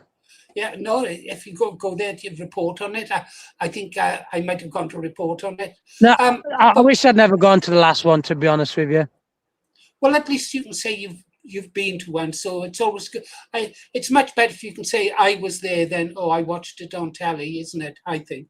But you saw how many people turned up to that event, to that concert, his final concert, and then you have a look at how many turned up. Christians turned up to protest the king. Yeah, when that 2-year-old child, doesn't matter about what ethnicity the child was or anything. The death of that 2-year-old child. I mean, almost Henry Nowak. You would have thought the British people by now would be ready to march on, take a day out to London and sort this out Romanian style. They need to believe in something, and that's what I'm saying. And this is why, for me personally, my path, whether it gets me beaten up 10 times, whether it gets me killed, it is what it is. I believe at the minute, my path is one that needs to happen. And I wish there were more people to do it, but I understand why people wouldn't do it. Okay. People have to get out into the public. People have to get a table, get a sign, get engaging with people. The police will come out and threaten you with arrest. police will come out and, like they did with me, the very first thing, oh, you're being racist, blah, blah, blah, blah, right? But the vast majority of people in this country agree with you, people. They agree with you. They agree that these things need to happen. They agree that everything has gone wrong. I have not spoken to a single person that doesn't look at our situation and think that is shit. But like I said, they are threatened with social services taking their children away. They are threatened of being blacklisted, their jobs being taken away, their livelihoods being lost. There's a reason why our bills are the most expensive in the country, why they do one of the most expensive in the world, why they do what they're doing. There's a reason why we spend 14 billion pounds a year more on welfare payments than we collect in income tax collectively around the UK. This is all planned. They are planning suppression. And until people get out there and talk to people on an individual basis, we aren't going to get out of this. You know, people need, it's part of everybody's responsibility. Go out there and talk to people, have those difficult conversations. It might not be with a table. It could be with just going into a certain space, going to a football match, going to places where British culture is alive and well, construction sites, football matches. Speak to people about it, but educate yourself first. People need to see the way. You know, I've done it a couple of times now. I'm going to do it a load more times. There was a couple of times that I didn't film it. I wish I did, but the vast majority of people coming past, we support you. We support you. Thumbs up, thumbs up. The only thing I need help with going forward is I need a way to be able to get people together, because the main thing that I got asked when I started, these people started approaching me, where do I sign up? What do I do? Where do I sign up? I don't know. I personally, I'm not technologically. Sign up to something you want to do. I mean, in the first instance, just easy way for now is to just point them at Restore Britain. But if you were thinking about setting up a separate organisation, that's not too difficult to do. To set up. For me, for my idea here, what I'm trying to say is, when people realise that everybody in your village, everybody in your town, loads of people in some of your cities, unfortunately not all of the cities, right, they all agree with you. You can set up little Facebook groups and network with other towns and other cities and other villages, and all connect together and say, you don't need to post spam in there. You don't need to flip in, sell your shit. You don't need to grift. Just have everybody in one place, just sat there waiting. For when it does kick off, we are all networks. We are all together. We are all an established line of communication. Well, you've got someone in the chat now, haven't you? Alex, Industrial Nations. He's building up his own personal network yourself. By the way, I phoned you today. I left a message on your voicemail. That was me. I don't know if you're on WhatsApp. I couldn't find you on WhatsApp.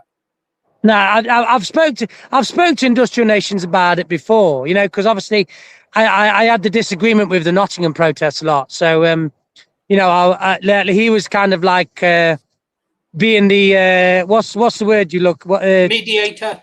Yeah, that's the badger. That's the badger. Yeah, he was mediating, to be honest with you. So I spoke to him about my idea. It's just I haven't got the and this is why I need to learn. I need to get better at communicating. I need to have a bit more decorum. Oh no, but it's one of them. It's one of them. I need to have more patience with people. I need to be more softer talking, you know, because while we're talking like this, if I'm talking to a lefty in the street, they'll just stick the middle finger up at me and off you go. But when I've been able to have patience with people, honestly, people will tell you who are in Mansfield. There was a gay guy who came up to us that was completely like, he was a feminine gay guy. And he was saying, yeah, I think women are better than men. And I just said, well, that's fine for you to have that. You are in a country where you've got freedom of speech. But when you're flying your Palestine flag, you're doing this and this and this. And in the end, he was like, okay, I'll subscribe to your channel then. And he's a subscriber still. He is a subscriber still. Yeah. He's still there, even though he fucking probably hates 90% of the things that I stand for. Because I don't stand for degeneracy. And I mean that in all forms. I don't feel that somebody should go out in the streets and throw around all the gay shit. I don't believe a man should be able to tuck his dick between his legs and flaunt around at children's schools and flaunt around in public. But on the flip side, I don't agree that we should have a society where OnlyFans is a thing. I don't agree that a man should be able to hang around with his mates and be like, I smashed 5 women last week. I've slept with all these women. Pussy's pussy. I don't believe a man should be like that. I think we should have our conservative values. Sorry, yeah, go on. And this isn't my age. I've been like this since I was a young man. Perhaps it was the way I was raised. One of the reasons I invariably sit on my own, if I could have lots of friends. I could. I have got lots of friends. I suppose they consider themselves friends. But if I go to the club, invariably, I will sit away from the boys on my own because I'm not interested in their conversation about football or rugby. And I don't like that kind of talk about if a woman walks by, what they would like to do to them. I don't like it. I don't particularly like bad language, but I find it offensive when men talk like that. On the flip side, GST, I was sat in a booth, in a bar, in a pub, in a booth. In the other booth was 4, maybe 5 women, and a particularly ripped guy, must have been a bit like you, right? Came walking by, and I was sat there. I was away on contract somewhere, usually that's why I'd be on my own. And the things they said, those women, young girls, early 20s, would like to do to their man. I thought, fucking hell, you girls would make good Red Indians and capture a cavalryman. The things they were going to do to his body was nobody's business. It was raw animal lust. And that was our young women. And so it's not just men who talk like that, I can assure you. No, I know women do. Like I say, I know it's got to that point. You look online and you just like, women are trying selling things by bouncing the boobs and stuff like that. It shouldn't be how society is. You know, you will never be able to enjoy life with a woman or a man who, you know, you just can't. It's just you need like we need to have those traditional values again, because you know what, like all this shit with people are buying into this manosphere. I'll let people into a fucking secret who think that Andrew Tate is fucking amazing in this HS Ticky Twatty fucking Dicky Docky, whatever his fucking name is, right? These men, right? These men, they'll look after themselves and they'll say about 80% of stuff that actually makes fucking sense. And then they'll turn around to you and say, yeah, man, fuck the Jews. And then they'll push some fucking casino game or some degenerate fucking website that's owned by the fucking Zionists. And then they'll fucking sit there and say, now I'm converting to Islam. They have been fucking paid to do so. The fucking Qatari governments and the Saudi Arabian governments are paying these fucking TikTok influencers to pretend they're fucking Islamists, to pretend they like fucking Islam. That fucking Dan Bilzerian or whatever it is, that casino player. Yeah, he ain't a fucking. There's nothing about that twat that says he's a Muslim. It's fucking bollocks. These fucking people are being paid millions and millions and millions to say fucking Allahu Akbar and fucking pretend they took Shahada, right? And talk about the dunya and all this kind of stuff. I gotta have some water. I'm really dehydrated. Now, one thing I would pride myself on. I believe I cannot be bought. You know what I think of money. I've shown that by cancelling everything. I don't want money off anyone. Nobody can then accuse me of grifting. I honestly don't believe I can be bought for any sum of money in the world. I really don't. £1 million, fuck off. 5 million, 10 million, £1 billion. I don't believe I can be bought that way. I really don't. Unless I was to say, okay, I'll say this, and then I take the £1 billion and give it to you to open up a new political party. But I don't believe I can be bought. You know, I genuinely believe that there's not enough money on this planet to buy me into changing what I believe in. I'm getting the water. Entertain the audience, GST. Can you tap dance? What's your party tricks? Those are your moves? Is that your moves? My party trick is I can clear out a room because somebody will turn around and say, explain to me about World War II. And then I'll just clear the room out. Oh, well, you and I could have a good debate about that because I don't think there's very many wars I don't know much about. Especially Oh, well, there you go. The American War of Northern Aggression is my favorite. I keep playing for the Confederacy in Civil War games and burning the White House down. marching on that Capitol. Yeah, I'm a Dixie boy. Oh, look, you can tell. Can you see my belt? Is the show end? See, look, you don't need to have alcohol to have fun, troops. Just a bit of water. Oh, you can't.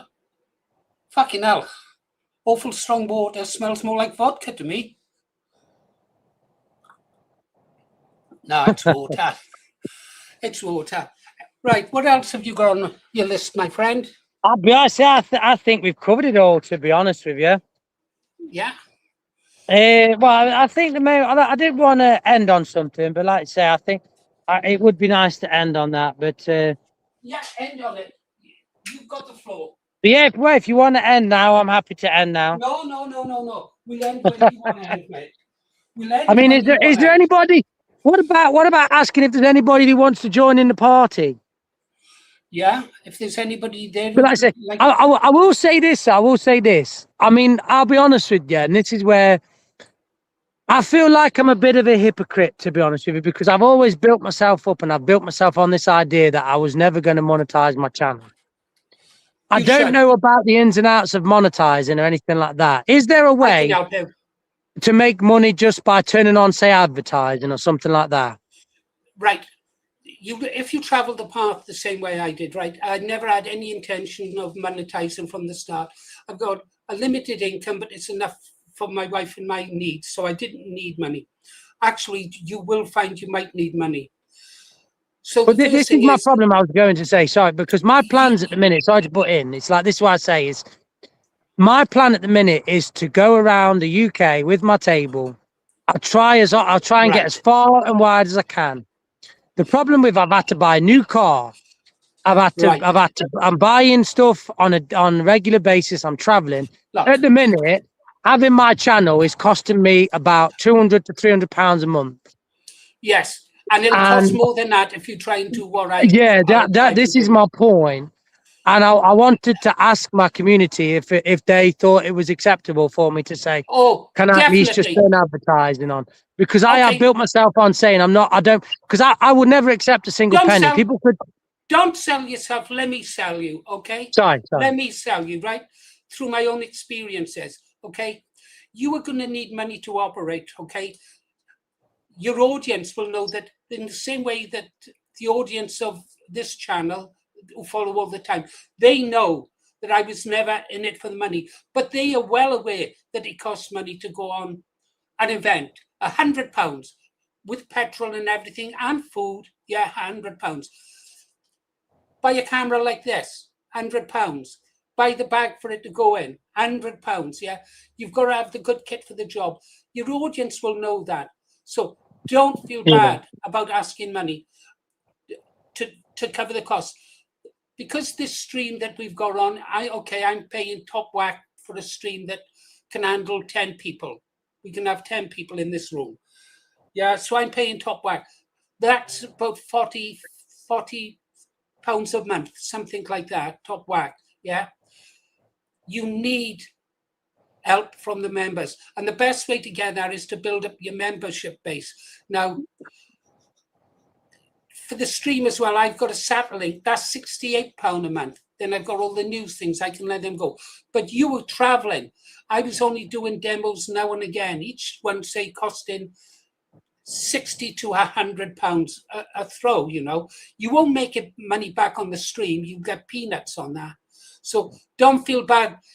Everyone's situation is different. I can talk about Vindicator's situation now because Vindicator spoke about it himself. Vindicator depends on the income from his channel to live on.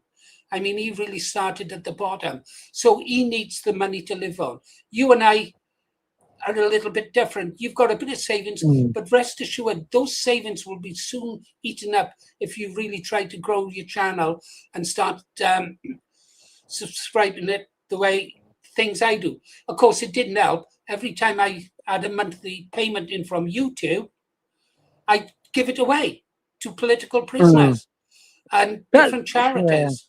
It's a difficult one because that's the point where I'm at. I'd love to know if there's like, I don't want people to, if I did do it, I'm still contemplating it. I'm still looking at it. But like I say, it's like, for example, my lives have been a bit grainy. So I bought an internet dongle now, which is costing me per month. I bought a tripod to put my phone on. I bought some other things, you know. Every single time I buy a different sign, it costs me 50 quid. I bought the tables. I bought T-shirts with the Rupert Lowe grooming gang inquiry on it with some links to it. And it's like savings, I just didn't think it was going to cost me that much. Sorry. Well, it is, and it's going to cost you more than that. No, the thing is, you sadly are at the end of a relationship, and that's sad. But I can tell you this.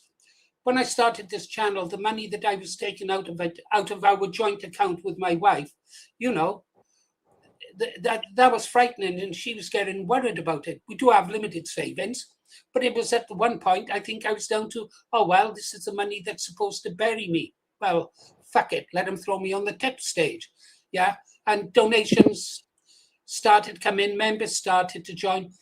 Don't have super chats. For example, if someone gives you £100 and Muttley, he's in your Muttley's, I think Muttley gave £100 once.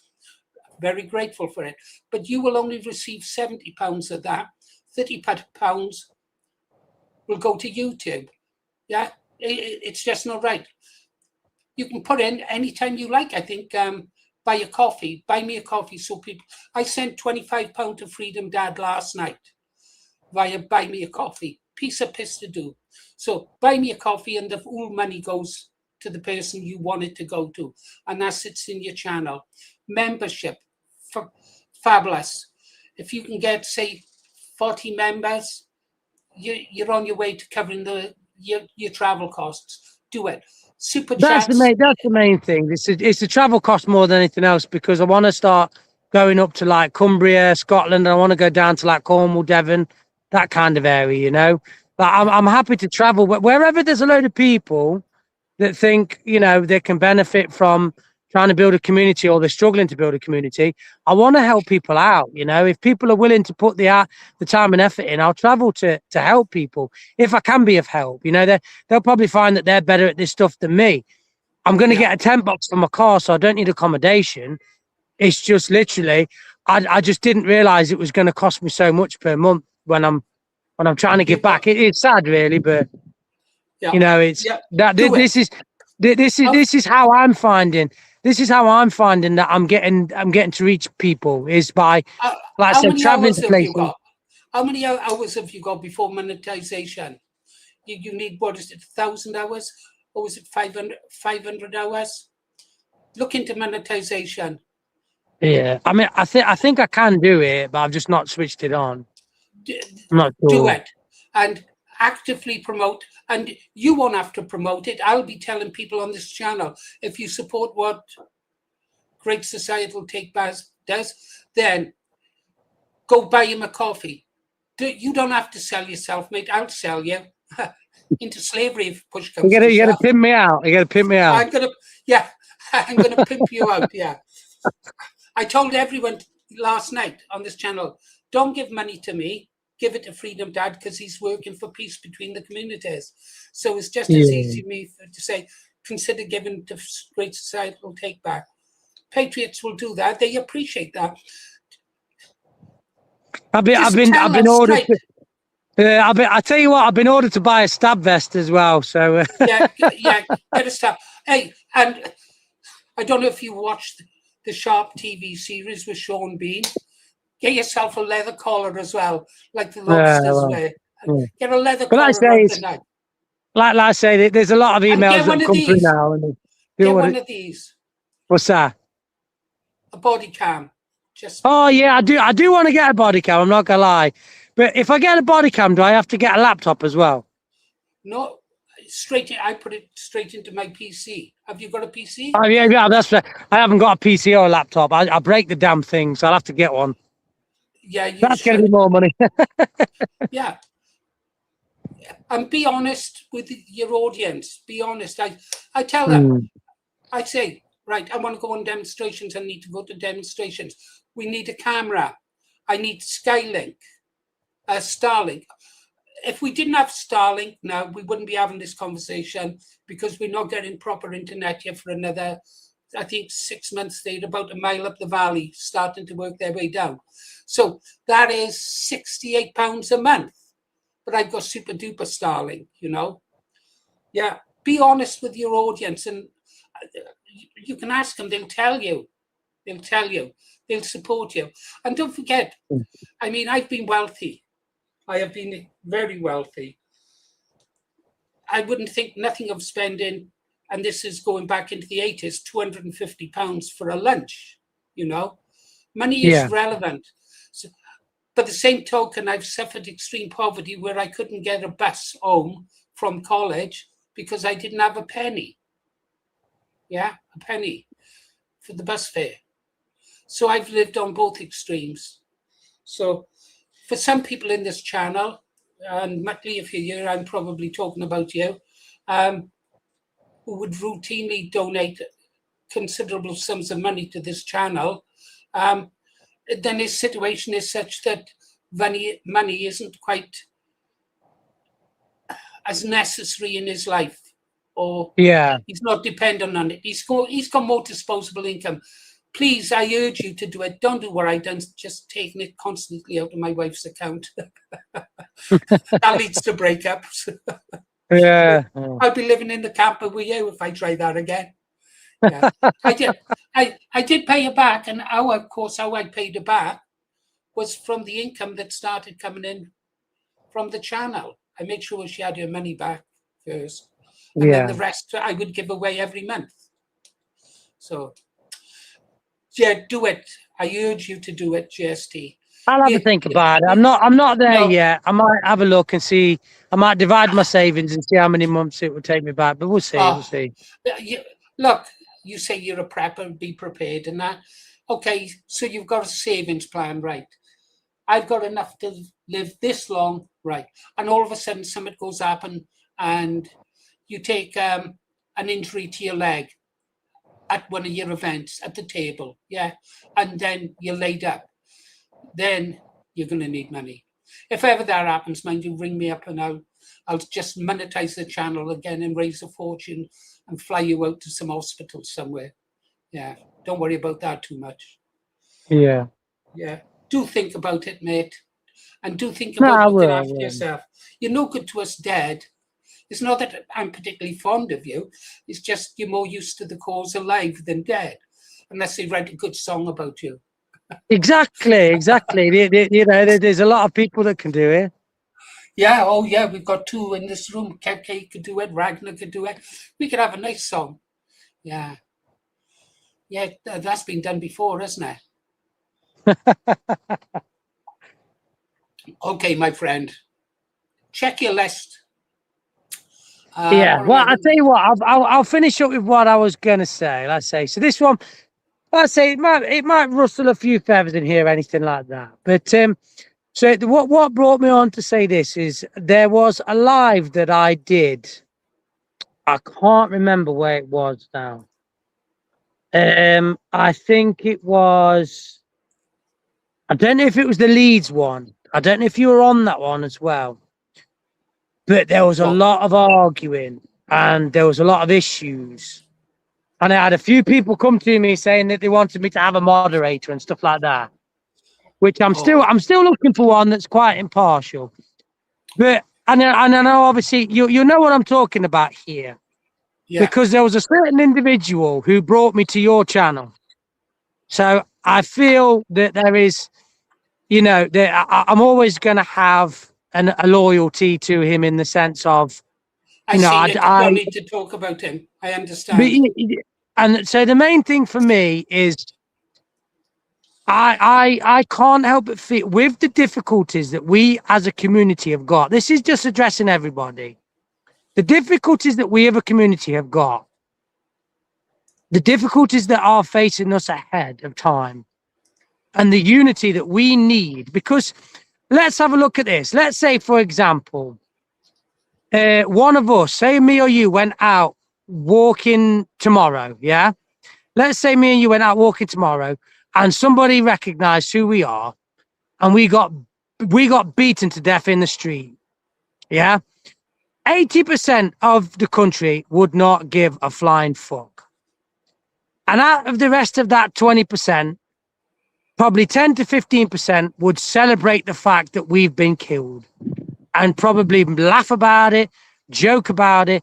So we, at the minute, we are in a very, very, very small minority of people. And for small minorities of people to survive, we need to realize that we need to set aside our differences. The things that have gone off in the past, we need to get rid of it. I'll tell you a bit of a personal story. There was a young man who I had a real friendship with. And I had a massive argument with this individual on one of my operational tours. Yeah. And we ended up having a punch up, a scrap. And we said some horrible things to each other. He then went out on patrol and lost his life. And out of all the things that I've done in my life, that is the one thing that I regret more than anything else in my life. We are living in times where people can drop dead, people can kill themselves, people can do whatever. People used to be friends. People used to be good associates. People have had amazing friendships that have broken down because of things that in reality, when you look at it, are very, very trivial. Agree. I ask from the bottom of my heart, because all I've wanted when I've created my channel is unity. I've never wanted to ban anybody's speech. I speak with people from people the opposite end of my scale, you know, which is ironic. I'm getting that many death threats at the minute. I'm thinking to myself, I'm probably one of the only people that you could sit opposite a table and speak to out of my movement. That's how much I want to open dialogue. I genuinely urge people, don't let this be for nothing. If you've had an argument with people, settle aside your differences. If you've done things that, you know, I've heard there's been copyright strikes thrown around or something like that. If people have done that, think about it, reevaluate your situation and maybe speak to those people. I understand there has been petty, childish things being thrown aside. But I will ask, and I'll say this to people, if that person that you've got a rift with, if that person was online streaming right now and he was beaten to death, would you laugh at that or would you be devastated that has happened? And if it's the latter, you need to reach out with that person or those people and you need to mend these broken friendships. Yeah, I understand what you're saying, and then I understand also why you're saying it. Sometimes that just doesn't work. Excuse me, Freedom Dad.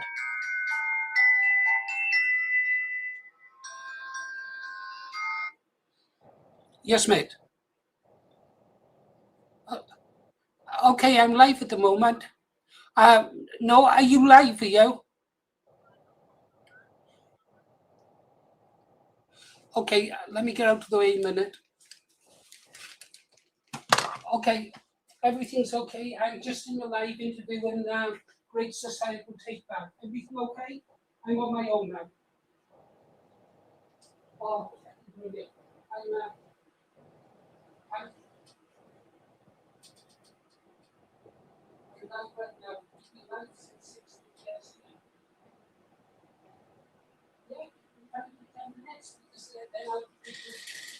Okay.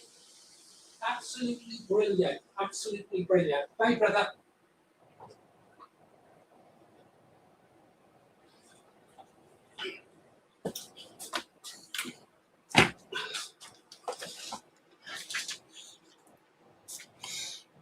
One, two, one. Yeah, sorry about that, GST. Yeah, I know what you were saying. I know what you're saying, and I believe I know what you're talking about.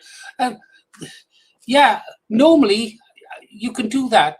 There are people that I've had political differences with who I'd quite chiefly terminated myself, and I can make peace with them. But sadly, some people you can't. That's like expecting me to offer the hand of friendship to someone like the Benidorm Barrow boy. Or No, right. I get it. There are certain things like that. When it comes to, I'm not talking about big celebrities or anything like that. I'm not. Yeah. Listen, like I said, I have my own personal gripe with people. Like my own one personal gripe, and I've made this known, and I'm happy to call it out, is when people that live in different countries are trying to incite violence and incite people to commit violence in Britain. I think he's wrong. Yeah, I do. I know Paul Thorpe has done it, and Dino Bain did it. There was a live where Dino Bain did it, and he turned around and said, "Oh, I'm so close to violence," and he was thousands of miles away. And I will publicly say this to Dino Bain, right? When stuff kicks off in the UK, which it does, hear yourselves for life. When it does, I will give £5,000 to charity if he makes his way back here to fight for this country. Of charity of his choice. Because at the end of the day, that's what I don't appreciate. When people are making it out like, oh, I'm here to fight, I'm here to fight. He makes some intelligent videos. He makes some great videos. I'll give him that. But he went on that live and started riling people up. And people were saying stuff in that live that could get them locked up. And that was, he should have stopped that, but he didn't. He carried it on and carried it on and carried it on. And if any one of those people had gone out and commit violence, he probably would have made a video about it. And that was wrong. And I'll call that out. Okay, you called it out, and I can see the point you make. And we'll carry on this again because Freedom Dad has just called in. Yeah, I'll be honest. I've got to be up in about 4 hours anyway. But honestly, it was a fantastic chat. It was probably our best one yet. Yeah. Yes. Like I tried at the end. You know, I understand that. I can't force people, but I genuinely do think people should reflect. You know, I think people should reflect. No friendship in this day and age is worth. You know, there's so many friendships that are worth saving. I do agree with that. People should reflect, but I think you're talking to the wrong audience here. I think you should be pointing the mirror in the other direction and asking them to reflect on their actions. Okay, Jesse, great talking to you. You look great, Freedom Dad. Salute. Thank you. Thank you, mate. Enjoy your conversation, guys. Enjoy your conversation. Cheers, see you guys. Good to see you, buddy. Good to see you, mate. Good to see you. So, did you enjoy the 12th of July celebrations? Why aren't you in bed? How are you still standing? You've been 2 days without sleep, I know. 100%, mate. 100%. I got about an hour and a half last night, if I'm lucky. You know what I mean? So, but I'm in good company. I've got young John Rankin with me. You know what I mean? So, the main man, the main patriot, the #1 patriot. You know what I mean? He's bigger than me. He's bigger than me, this guy. You know what I mean? Yeah. I tell you what. I'm editing tomorrow. I haven't had time today. I'm editing your videos, and I'm going to take all of it was great. I'm going to edit it, and I'm going to make a tribute video. Just showing Ulster community at its best. I'm going to show the bonfires. I'm going to show the bands. I'm going to show the people celebrating, the people singing, interaction where you have talking to ordinary people on the street. It's going to be a big one. And I don't care if only a few hundred people watch it. We'll have it to keep for ourselves, Freedom Dad. Yeah. So I'm just going to say, we did lose a guy at a bonfire this year, a guy called Warren. So if you can just mention him, and when you're doing it, he fell off a bonfire, and he's no longer with us. We've had a couple of guys injured this year, so if you can just remember him, if you're doing any videos, he's from the Braniel. I'll send you a message with the relevant information, and if you can just add that in, mate, for me, please. I did wonder. I was looking, and I think he was saying well done to the boys as they were coming down from the bonfire. They were climbing down the sides, and I think you said well done to them. And I was looking how high up some of the boys were, and I was thinking, for fuck's sake, if they fall. Okay, well. Yeah, that's all I ask, mate. We need to remember, you know, there has been a really good time. We've had 3 days of bonfires, but an amazing 12th of July. But we have to remember, we have lost a good guy. this year who fell off the bonfire, and I don't want to put a dampener on it. It's one of them things. You see these guys going up to say these bonfires. Our guys are the bravest men I know. I wouldn't do it, but the guys that are climbing these bonfires, yes, we did do it when we were younger, you know what I mean? But these guys are brave, you know what I mean? And like I say, it is one of them ones. But on a happier note, you know what I mean? We've had last thing, Freedom Dad, on that. If you could get an image of the man and his name yes, and details, I'll send you everything. I'll send you everything you need. We'll dedicate the video to his memory. Okay, thank you, mate. I appreciate that. That's brilliant, man. That's brilliant. So, but on a lighter note, we've had 3 days of bonfires, and the day was our Boyne celebrations, and it only comes around every 7 years. This only happens every 7 years, where we have like the 12th falls on a Sunday, and we've had over 70 bonfires lit in the last 3 days, and it's just it's amazing to send a message out to you guys in Scotland and England that this is what you can do. This is who we are. We're British. We're proud, and our culture and our traditions are alive. And there's hope. There is hope. You know what I mean? There is hope for us all. There is hope. I think also as well, you closed your the stream down last night with a fabulous speech to the British government. I thought, well, if that isn't worn into the British government, nothing is. You 100%. Don't want to see people. You don't want to see people injured. You don't want to see people injured.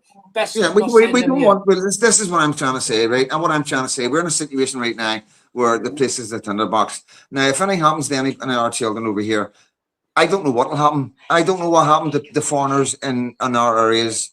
That lots of people have the addresses. There's lists of addresses going about right now, and I don't know what will happen to them. So if I was running the government, I would be saying, I would get the foreigners out to protect them, and I would be saying, don't be bringing any more foreigners in, because Northern Ireland is too versatile. And if we're in this era where we're protecting people, and we're everybody's got to be like safety minded and all that, and you know what I'm saying. Why would they want to put foreigners in danger by bringing them into Northern Ireland right now? That's what I'm trying to get across. It doesn't make any sense to me. It doesn't make sense to you or I, but they've never shown but that's not deliberate. I don't think they realise how much danger they're putting these people in. You know what I mean? Like, this is Northern Ireland. This isn't Scotland. This isn't England. This isn't Dublin or Ireland. Okay? Now, a couple of guys around me here are saying, of course they do. Of course they do.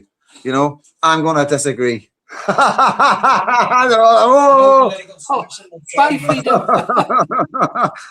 no, one of the boys have said there, no political solution will solve this. But what I'm trying to say is our politicians know the dangers. They know what's coming. I've warned. Listen, I've been doing this for over a year and a half. I've told everybody what was coming. Right, the Ballymena rats. And then we had the rats in East Belfast. We had people burnt out of their houses. We had our own guys burnt out of their houses, because it wasn't organised. It wasn't paramilitaries. It was just men on the streets who were left to do what they wanted to do. It wasn't organised by the paramilitaries. Now, if the paramilitaries get involved, it's a different ballgame. They're not going to make no mistakes, right? Please believe me. Every house that there's a foreigner in will be targeted, right? So them foreigners are, like, and I've got nothing against foreigners. All I'm doing is being honest. Them foreigners are in danger. So if we've got, say, Africans, Nigerians, Eritreans, and we have Iraqis, Afghanistanis, and a Pakistani. No, let's not say Pakistani, because they've already got enough bad press. Let's say an Afghanistani does something to one of our children. We don't care where you're from. That's the thing, and that's the mindset. You're a foreigner, so every foreigner will be targeted in Northern Ireland. Just like those Indians you interviewed last night, who were over here working, they will be in danger. Their companies should recognise the danger they put in their staff in and take them out. But it's ironic. This is the thing, and I'm not trying to be racist by talking to these guys. No. A lot of people go, "Oh, Freedom Dad, the racist is picking on Indians." All I want to do is show people these guys are here to work, but they're not going back. They say they're here to work, but they say they're not going back. They're here to have families. They're here to stay. And them families, them children are going to have children, and them children are going to have children. And as we go forward, more and more are going to come in. And as you know, there's more of us dying than there is having children. So our demographic is dropping down anyway. Without the influx of immigration. So we have the influx of immigration of people coming in to do the jobs you don't want to do, and doctors and engineers and all that. And all I'm trying to do is show people this is what's happening. This is what the government are saying, and this is the reality. Okay, and this is the result of the reality. That's all I'm getting across. You know, Well, there the was something result. else. There was something else you got across last night, and I thought it was brilliant. Was that this year there were less tricolours being burnt, less Yes. tricolours, and that was Listen, good. I've got a lot of flack. Listen, I'm gonna say it once more. We get a lot of flack. We got a lot of flack. I've got guys shaking heads and all sorts. You know, I'm with my boys. You know what I mean? And everybody's a bit edgy. Everybody's a bit edgy when Freedom Dad is alive. You know what I mean? But listen, all I'm saying is I get a lot of flack. You know, I do go around bonfires and ask them not to burn tricolours, and I get you got to understand what that's like for a loyalist to ask other loyalists not to burn tricolours, right? So I do. I am putting my head above the parapet. But what I'm trying to say is we do. 5 years ago, every bonfire was burning tricolours in Northern Ireland on top of their bonfires. Every single bonfire. Today, we're down to 50%. 50 are, 50 aren't. Now, that's progress. That's progress. Yeah. And my message to the guys who can't get their head around that is, you know, you got to understand we are going in the right direction. At least, I know you're not happy. Listen, I try not to cover bonfires that are burning tricolours, but at the end of the day, some of these areas are where I'm born and bred. And if they want me to come and cover them, I'm not going to say no. I love these guys. They're my brothers. I grew up with them, right? And listen, nobody knows the debates that I have offline with some guys. You know, you don't know what I have to stand and defend and speak about my platform and what I say and what I do. It's hard work, mate. You know, it's hard work. But my battery's going to die, mate. So I'm going to have to go. Okay, look, I'll try and have that video out by sometime tomorrow afternoon. No sweat, mate. No problem, mate. You know what I mean? If you can get me a photograph of Warren and his... I will. I'll send it to you, mate. Well, my other phone's charging, mate. Once that's charged, I'll get all the photographs and everything sent to you. We'll do a tribute video, and I'll try and have it done by tomorrow evening. Thank you so much, mate. Freedom Dads, thank you so much for showing the United Kingdom what a community should be like, and what it could be like. I'll send you a message as well, but I also want you to give a big shout out to EBFD, because Freedom Dad is the EBFD. You know what I mean? We are all one, and we move together. We go forward, and we're growing as one unit. You know what I mean? And tell people it is what it is. You know what I mean? Oh, the EBDF are. EBFD, the East Belfast First Division. Yeah. Okay, mate. I know it was the first division. I was listening last night, the expansion. But a lot of people we're making the paramilitaries worried. Delete, rewind. Okay. Freedom Dad, before you go, we're both men of the world, agreed? We enjoy beautiful things in life. We respect beauty. I can't understand why you're having a population problem in Belfast, because I saw some of those ladies walking around the streets and they weren't pushing prams. Why is that? Yeah, I know. Well, we know the answer. It's because the LGBTQ in our schools. It's because of the 2 cap that we've just went through. It's because we're in the highest cost of living. People cannot afford to fucking pay gas and electricity, never mind have children. There's good reasons why we're not having children. It's not about our women or our men. You know what I mean? Everybody's having the same amount of sex. They're just being very careful these days. I tell you what, Freedom Dad, what if we talk about this over on your channel one night? I come over and we have a talk about why people aren't having children, especially it must be affecting the Catholics as well. Sorry, Freedom Dad, you go. We'll talk about it on the street. Yeah, everybody's having sex but me, mate. Everybody's having sex but me. And me. Love you, bro. Love you. Listen, take care. I'll love speak you, to you brother. soon. No surrender. Right. I'll No surrender, mate. Right. Bye-bye, mate. No Bye-bye. surrender. Bye-bye. Oh, that was lucky, guys, wasn't it? We had Freedom Dad in. Yeah. Like I said, don't renew your memberships on this channel. If you want to join or support any channel, support Freedom Dad or Great Societal Takeback when he gets organised. His expenses must be horrendous. Right, I've got to have a drink of water. Oh, I wonder how our petition is doing. Let's have a look.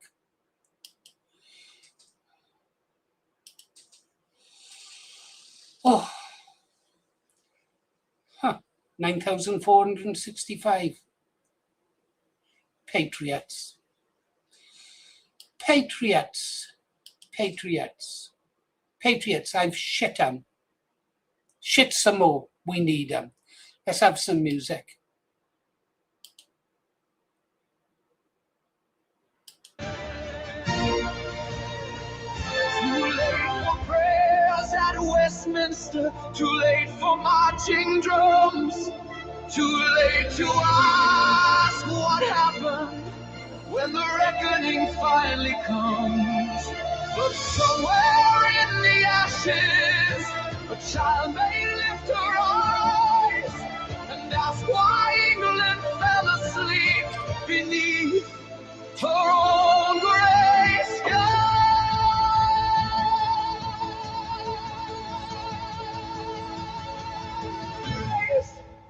History will not remember the day that England died.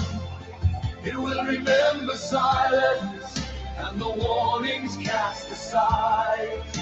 The last bell tolled for England across the blackened sea, and all that once was mighty became a memory.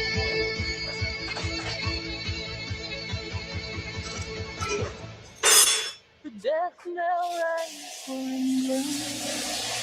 No one heard it call, and by the time we listened, it was too late for us. Oh.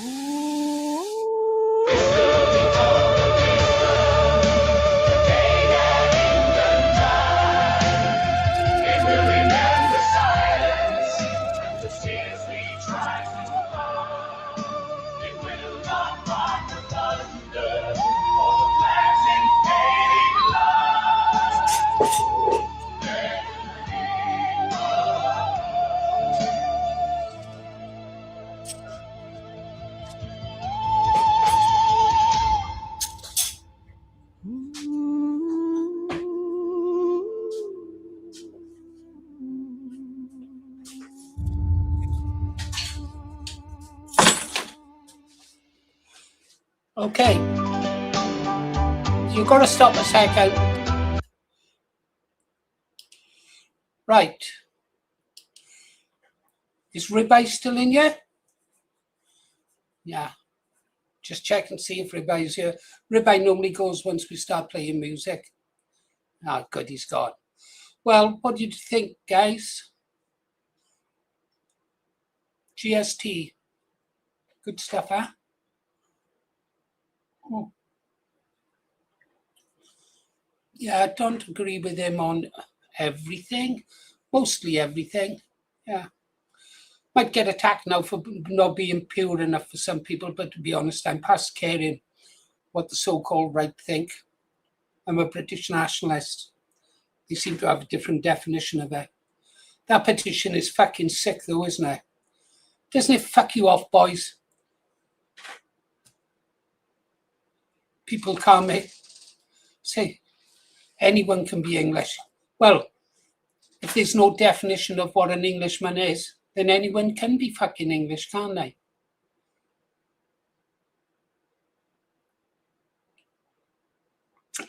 I agree on most things, I think. I think, therefore I am. I think. Of course you are, my bright little star. I have miles and piles of electronic files. What was that from? The start of 10? I think, therefore I am. Of course you are, my bright little star. I might have got the words wrong a bit. That's from a famous song, that is. I think it was the Moody Blues, Threshold of a Dream. Oh. I'm totally dehydrated. This is what happens when you've got no whiskey or rum in the house.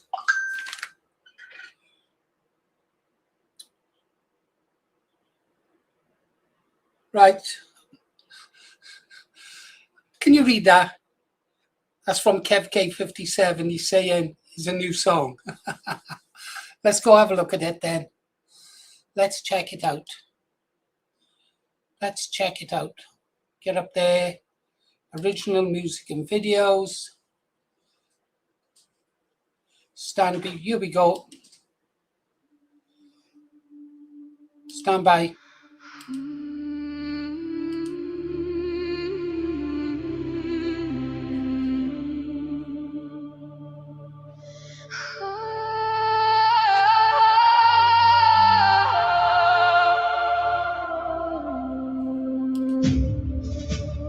Yeah. Kev's getting very dark these days.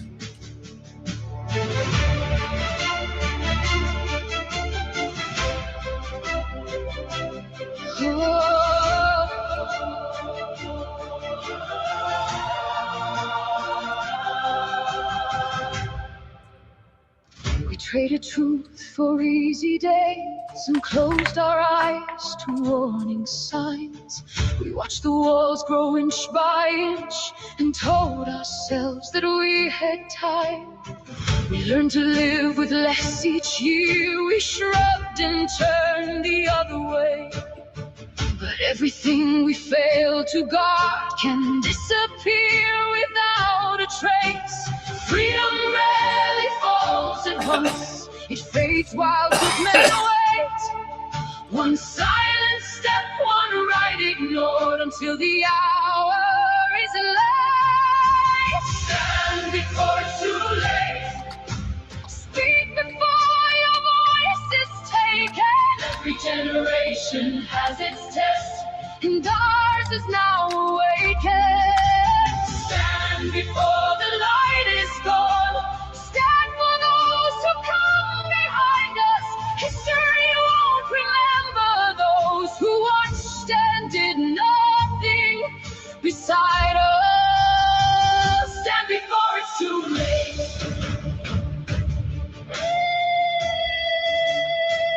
Stand before it's too late.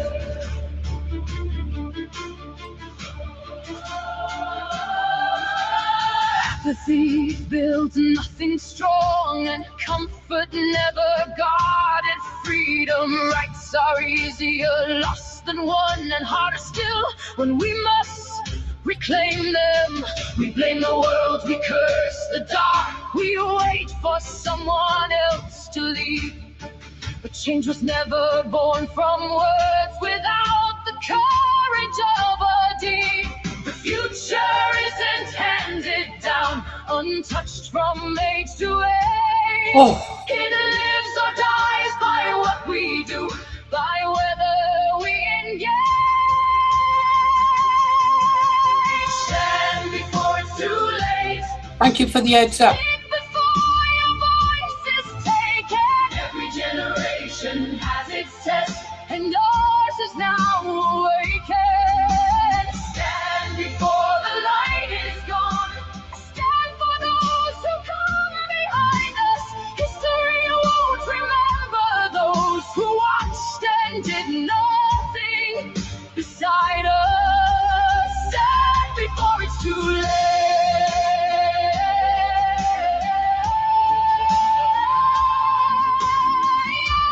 Awesome.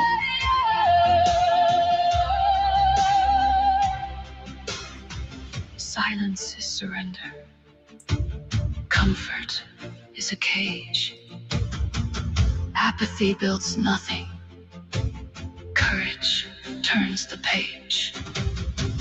Rights are lost in whispers, long before the final chain.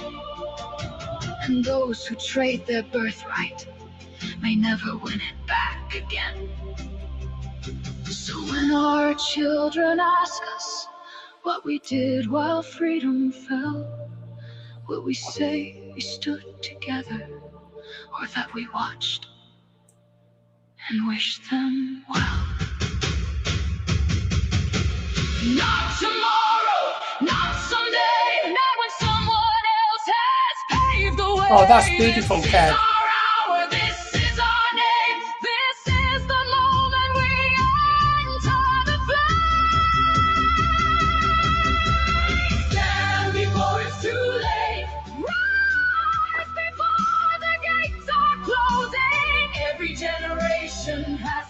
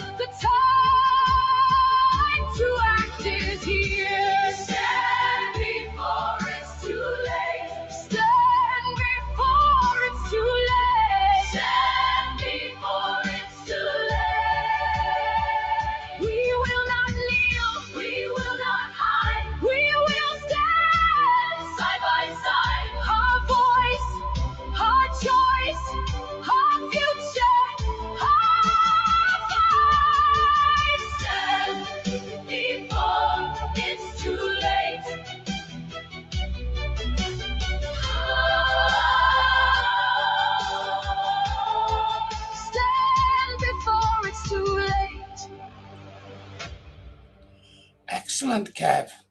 Excellent. Where else? Oh, I'm off the playlist. Right. I'll get over. Yeah. Excellent. I'd like to watch that in the dark, actually. Just have it up on the big screen. I bet that looks awesome on the television. Meanwhile, Ulster Day.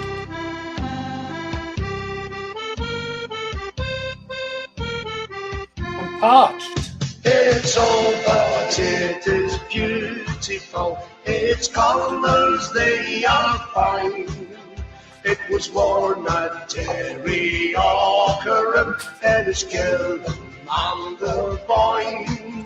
My father wore it as a youth in bygone days of yore. So on the 12th I proudly wear the sash my father wore.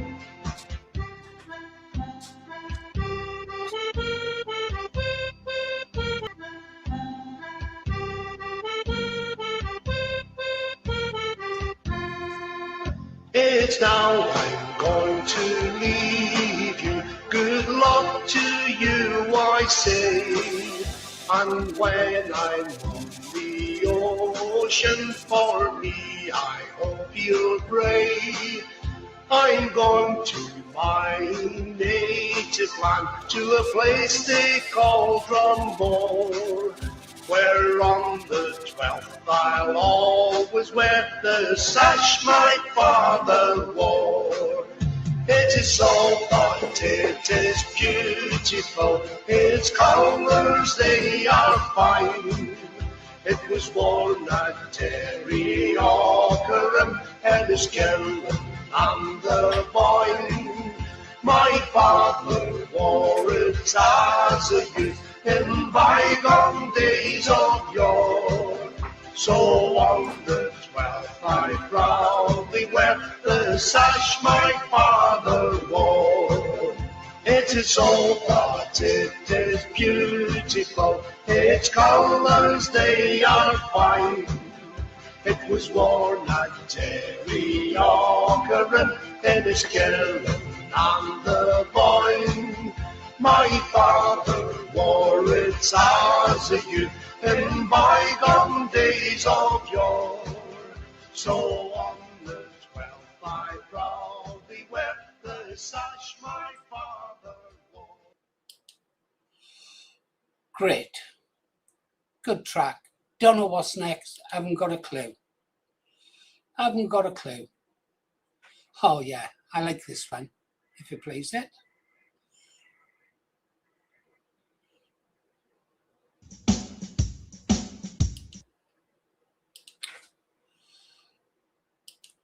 Okay, guys, we've been going 3 hours now. We'll go until 9:30, okay, guys?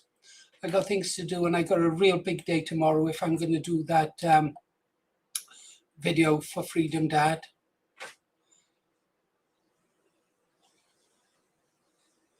Just checking the comments. Right. Lady J gone missing?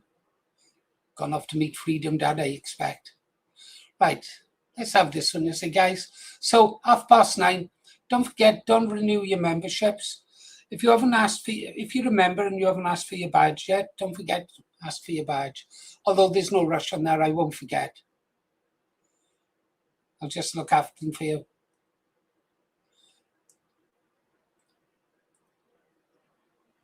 What's going on with Lady J? I don't know. When I was young, I had no sense. I bought a flute for 50 pence.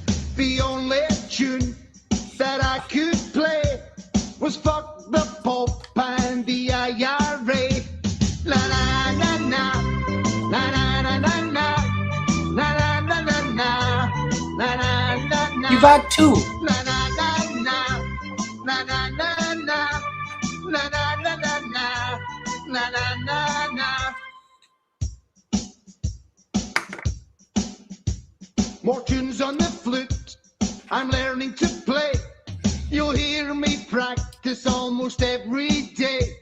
And I'll play the sash and no surrender. And I'm going to join the green of young defenders. Na na na na na, na na na na na, na na na na na, na na na na, na na na na, na na na na, na na na na na, na na na na. Now I'm older and wiser too, but I still love the red, white and blue. I've mastered my flute right down to a T, and it's great to be part of the GYD. Na-na-na-na-na, na-na-na-na-na, na-na-na-na-na, na-na-na-na, na-na-na-na, na-na-na-na. So come down to Greenock and be our guest. You'll hear a flute band that are simply the best. There's no other. I haven't banned Lady J. I haven't been over to that area for, can't remember. I'll go and check. You think she's been banned? Do you think? I'd never ban Lady J. I love Lady J. I'll go and check just in case something has happened. But I'll let this play and I'll go and do that on the other window. Got to remember how to get there. Who could? I can't think. Sorry, guys. I'll just play this and I'll go and make sure. Place I'd rather be when I'm playing my flute with the GYD. Na-na-na-na, na-na-na-na-na, na-na-na-na-na, na-na-na-na, na-na-na-na, na-na-na-na-na, na-na-na-na-na, na-na-na-na.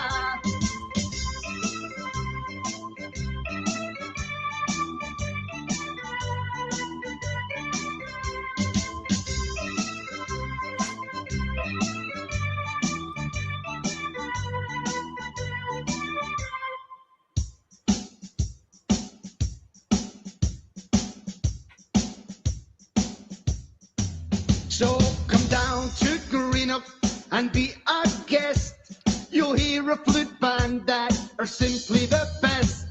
There's no other place I'd rather be when I'm playing my flute with the GYD.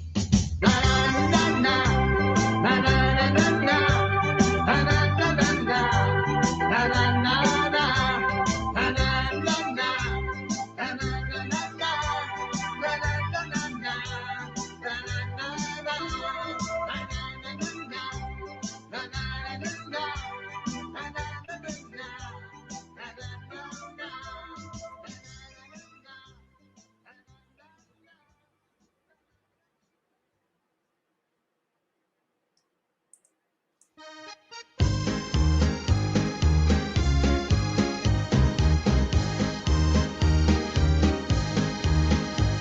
On a cold and grey November morn, as I left Belfast town, in a cold and lonely prison van, for Lokesh I was bound. But my spirit was unbroken, my heart was still on fire, for soon I knew I would be with the men behind the wire. When the judge had passed his sentence and the warders took me down, I cried out, no surrender, bless the red hand and the crown.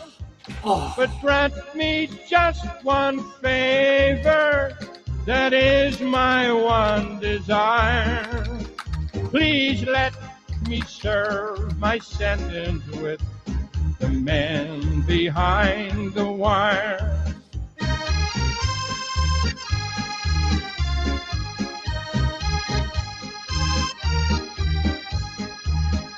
There were many faces strange to me, and many that I knew, whose only crime was loyalty to the old red, white, and blue, and love for dear old Ulster, even in this darkest hour, did shine within these loyal men, the men behind the wire.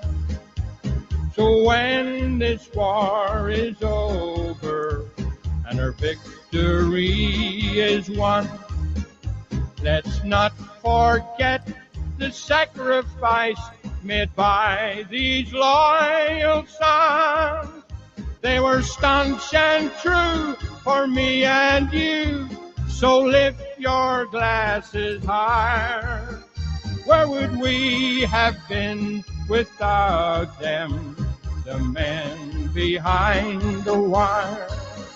Where would we have been without them, the men behind the wire?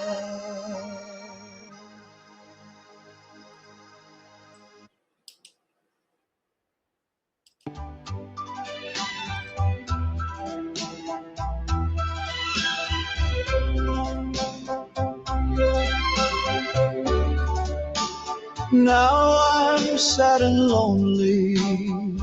Every night I kneel and pray, praying you'll forgive me more with every passing day. We wandered on that Sunday through the old county fair.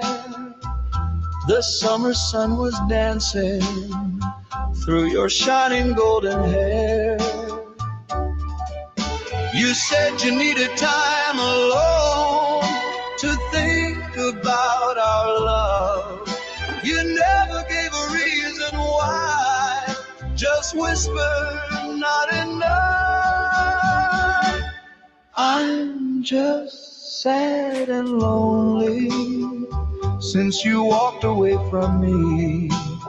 Down upon my knees I'm praying you'll become my destiny. If I've done something to hurt you, please don't say goodbye. I'm just sad and lonely. Tell me why. The day we met I knew somehow you'd always hold my heart. You smiled and took my trembling hand, said we'd never part. When you were feeling lonely, I'd like always this. dry your tears. Now I'm left with empty dreams, just memories through the years. Every lonely night I wonder what I did so wrong. Was our love just yesterday, or was it never strong? Then your father packed the boxes, a lorry filled the drive. Your mother closed the garden gate, no tears were left to hide. You said I couldn't tell you, 'cause saying goodbye hurts too. Mom and Dad were moving north, there was nothing I could do. You kissed me for the last time as the evening turned to gray. Then the car lights disappeared and slowly drove away.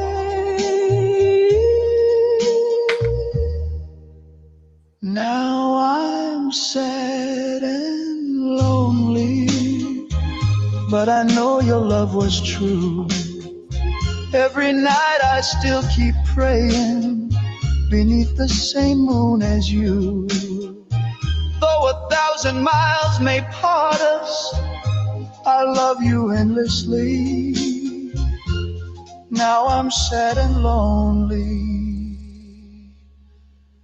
until you're back with me.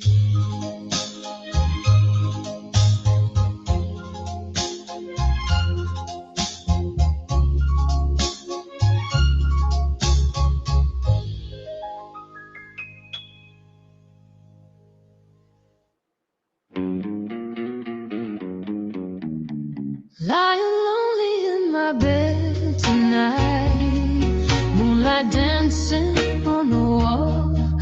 Every shadow Kevin, a minute. whispers your name so soft, I can almost feel your call. Silence wraps around my heart, but in my dreams you're close to me.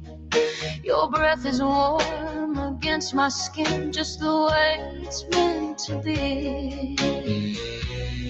Every second we're apart feels like a lifetime in the dark. Hold me tight, my love, don't ever let me go. Kiss me slowly like the world is moving slow. Keep me safe inside your arms forevermore. Never let me walk alone outside your door. Love me always, promise we will never part. Seal it with a kiss and guard my heart. Hold me till the morning light and never let me go.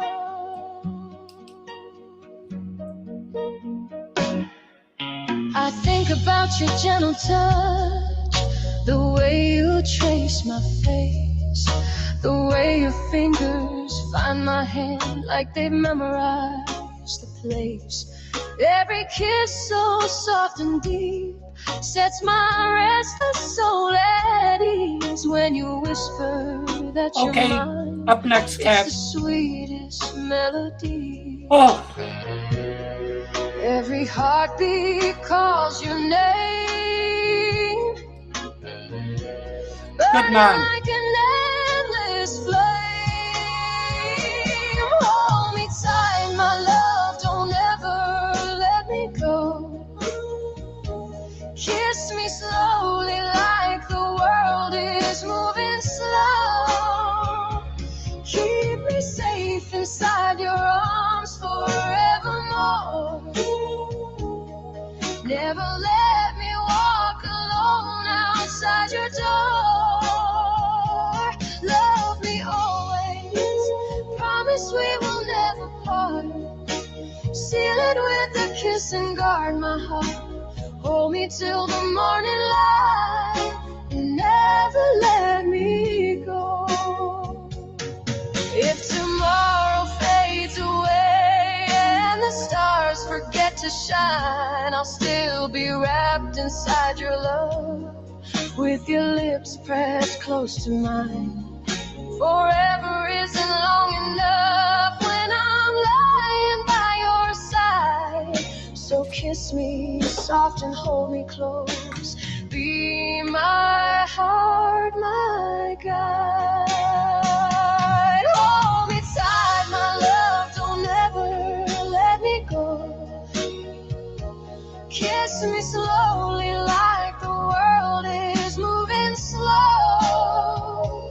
Keep me safe inside your arms forevermore. Never let me walk alone outside your door. Love me always, promise we will never part. Seal it with a kiss and guard my heart. Hold me till the morning light, never let me go. Kiss me slow, my darling. Hold me close forever. In your arms is where I stay, now and always together.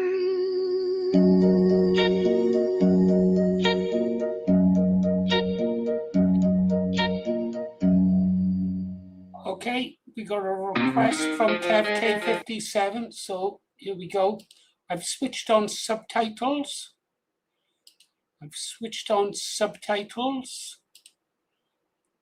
So let's see, read the lyrics. Here we go.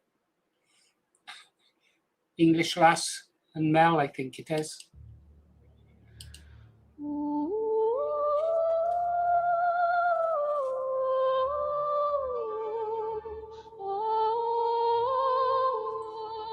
Let's have full effect. Get out of the way, old man. We stood and watched the seasons change while silence filled our land. The winds of old remembered us and placed steel within our hands. We are the daughters of this island, of field and stone and sea. We carry every mother's hope for those yet still to be. We never saw the battle cry. We prayed we'd never need. Silence grows when courage dies. So now we choose to lead. The white Valkyries, wings of England flying high. We will never bow in silence. We will never watch her die. Raise your voices, raise your banners, let the sleeping lions wake. If the daughters stand together, then let the sons rise for England's sake.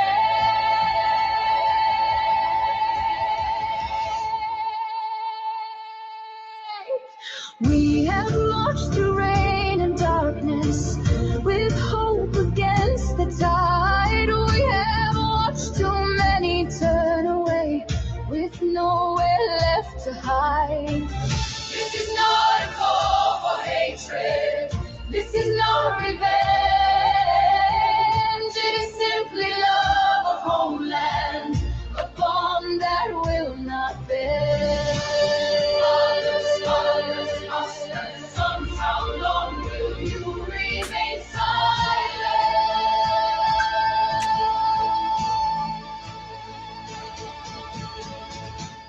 The white Valkyries,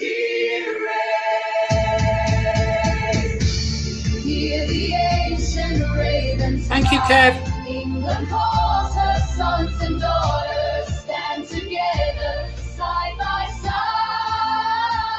shoulder to shoulder, heart to heart, no one left behind. Let tomorrow say we answered when our homeland called this time.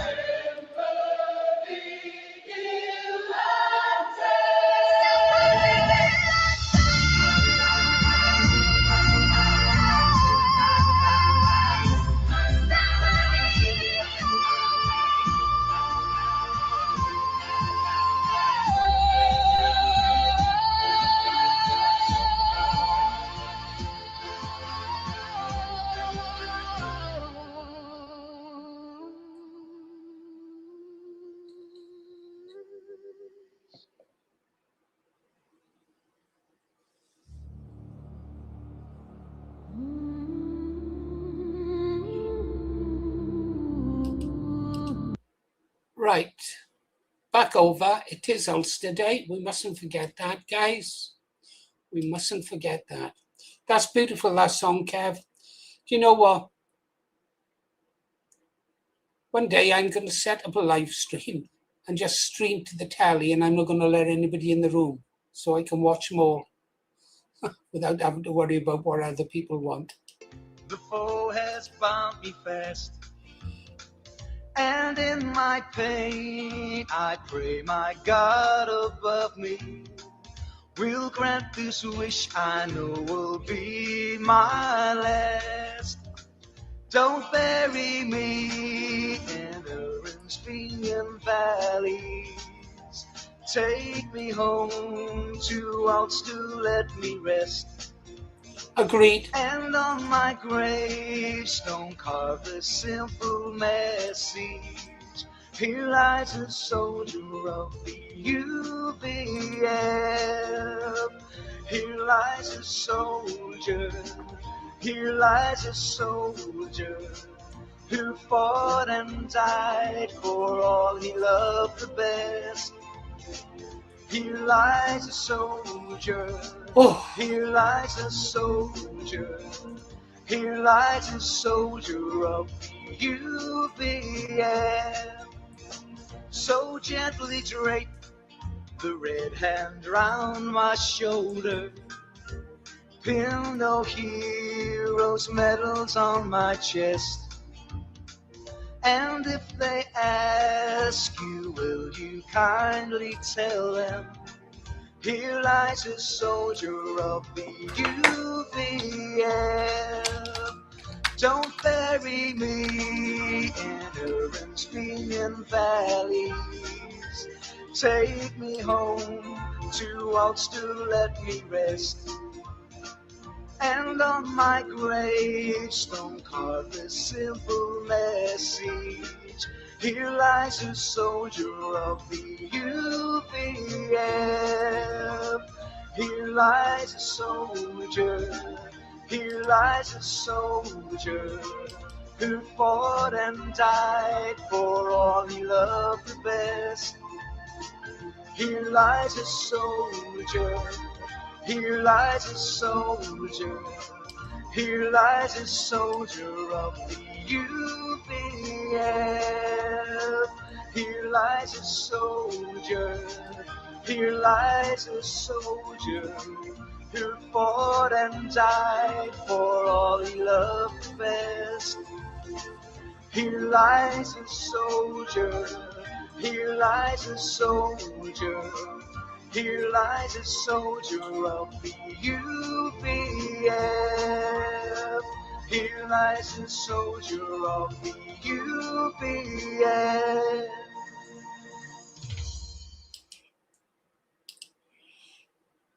okay, guys. You've got a choice. I'm going to give you a choice. I've got 2 songs racked up. 2 songs. One is the 3 girls, you know, the ones in, I like them 3 hot chicks. The little one is so cute.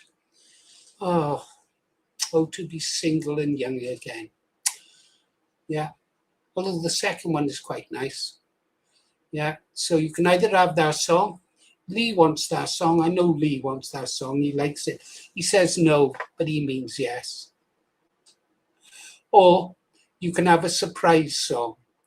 Now, the surprise song might be really, really good, but it might even be worse. What do you want? The surprise song? Or the girls?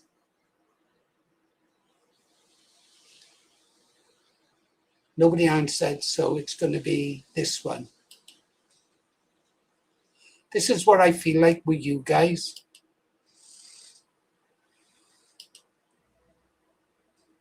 That's what I feel like. The morning DJ on Radio WOLD. Playing all the songs for you, but none for me. Yeah, you guys, if you don't have Discord, you should get it. Get over to the Vinyl Arms. Really is a good place to hang out. Can't be that good, though. I don't want to join a club that would have me a member, that's for sure. Nah, they're great over there. It's where all the hot chicks are.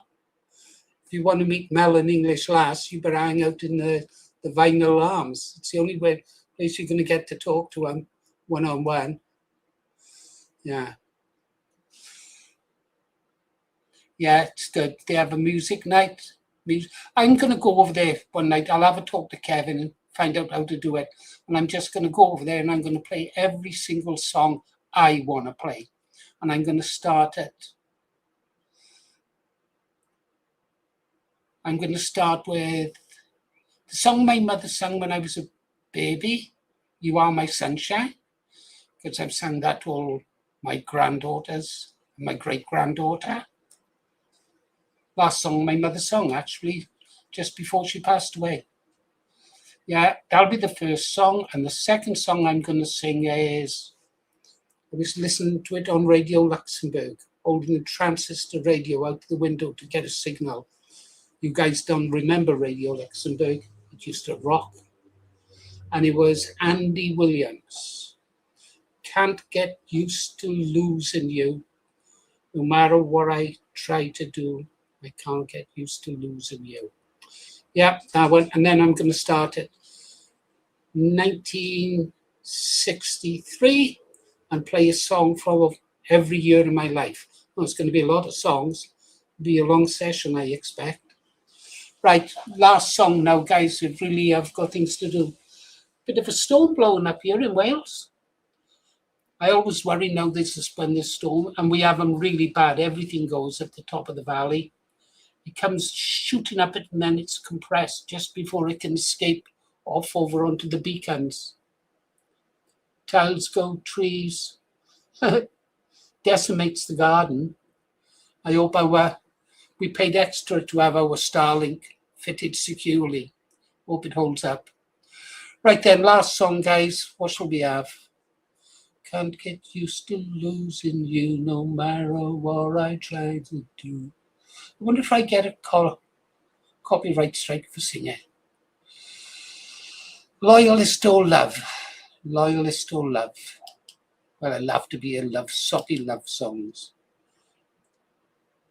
Paul McCartney said that, didn't I? I think the world's had enough of silly love songs. Sha-la-la, sha-la-la, baby blue. I've looked on you, sha-la-la, sha-la-la, baby blue. I've looked all over town, but there's no one else like you. I search beneath the streetlights where we used to say goodnight. I asked the stars above me why they took you out of sight. I've looked and I can't find another heart so true. Oh, tell me, baby, what's a lonely girl to do? What's she gonna do?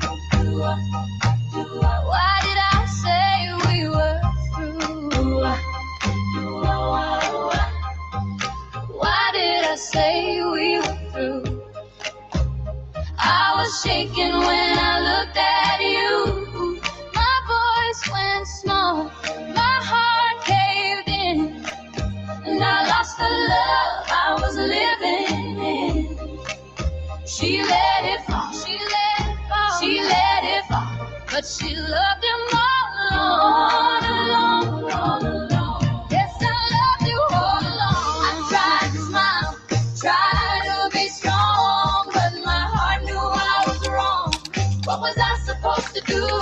Keep pretending I believed in you. Oh, baby, though the dream is gone, I loved you all along, all along, all along. She loved him all along. You cheated, you schemed, you broke my little dream. Every promise that you made split apart right at the seam. I cried into my pillow with your picture by my bed. Still I heard your sweet talk echo in the words you never said. Never said, never said. Ooh, why did I say we were through? What could a broken girl like me do? I wore the hurt like powder on my skin. Still I heard the song, oh, it might have been. Sha-la-la, sha-la-la. I loved you all along. Yes, I loved you all along. I tried to smile, tried to be strong, but my heart knew I was wrong. What was I supposed to do? Live a lie and stand by you. Oh, baby, though the dream is gone, I loved you all along. Maybe I was scared to stay. push the truth away.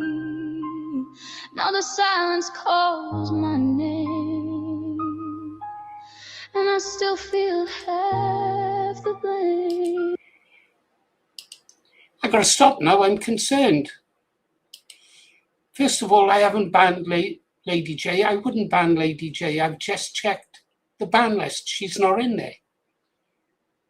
I can't remember the last time I banned anyone.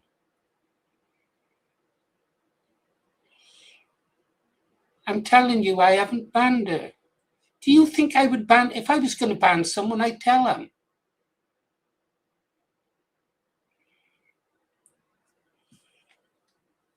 You haven't put her in timeout or anything. It's Lady JNA, isn't it? She's not in our ban list. Why would I put Lady J in the ban list? Lee, seriously.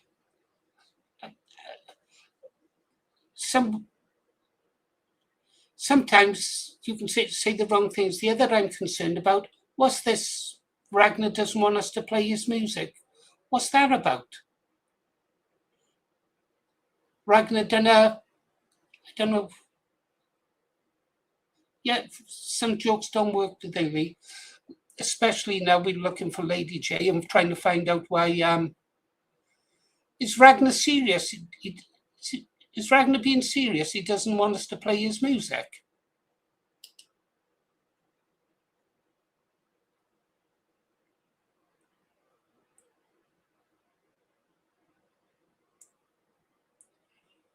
Ragnar, is there a problem with us playing your music?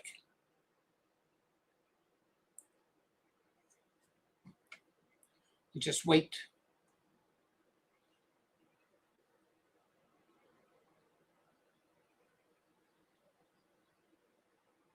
Oh, why did you time? Okay, English class. Why did you time Ragnar out?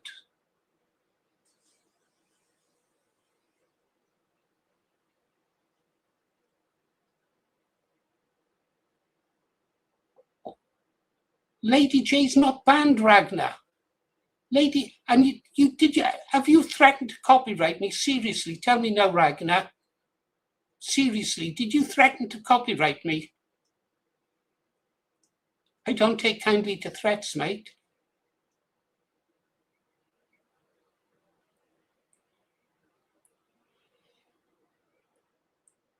This is what's the problem with fucking live streams, isn't it? Why I don't like fucking doing them. Yeah, you just shoot yourselves in the foot with this.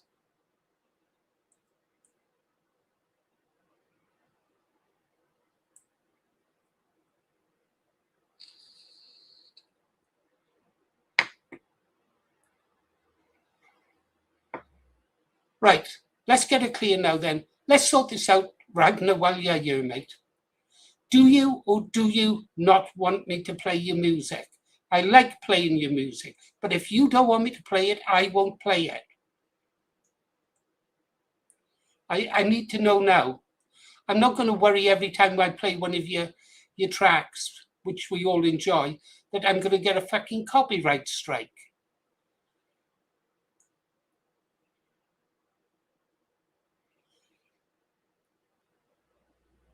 Okay, right. Ragnar, so you don't want me to play your music, is that what you're saying? Stop playing your music, just so I understand. Yeah, I don't want to fall out with Ragnar. I don't even know what's going on.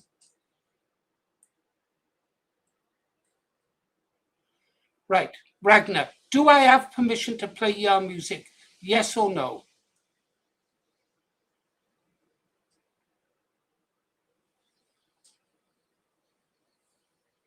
Don't matter about the copyright. No, forget the copyright. I saw that it's in the chat up there. Ragnar,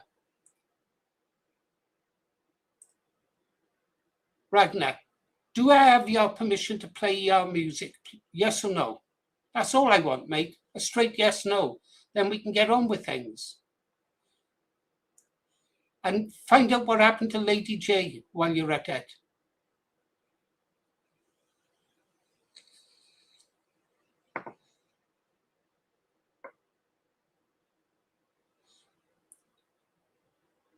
Don't play his... I've got no control over when Lady J comes back. Lady J isn't banned. She's not in the banned list.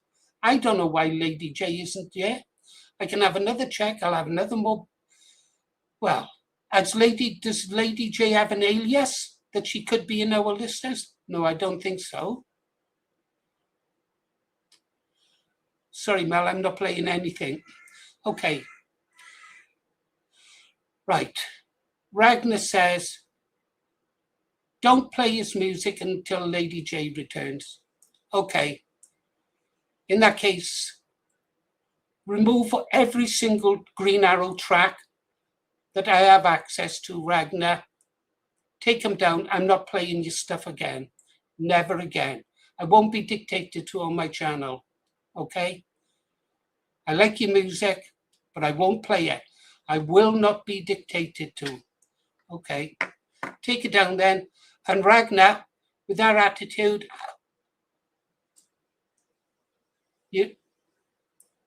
I don't know what to say. I've never heard of anything so petty and so childish in my life. That is petty and childish, my friend.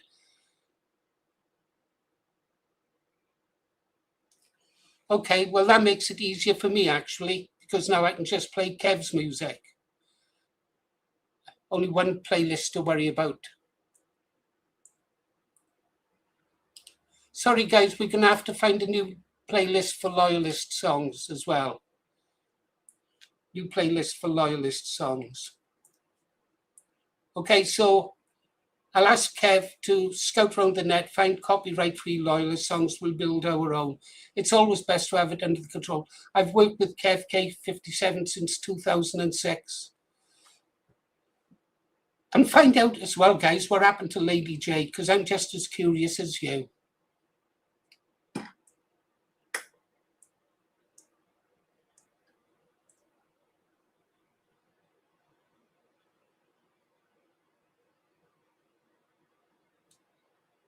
I don't know where Lady J is. It's like looking for Agatha Christie when she went missing all those years ago. Wow. Oh, fucking hell, I've heard it all now. Jesus Christ. I tell you what, GST wouldn't want men like that in his platoon, and I wouldn't want him on board my ship. Right. I really wouldn't.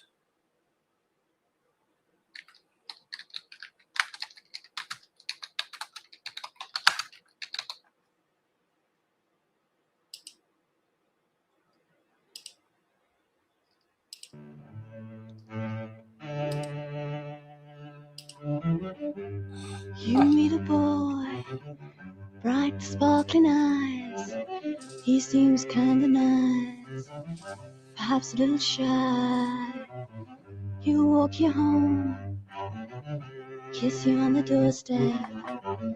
Next night he'll hold your hand. Don't let him touch you, don't let him touch you.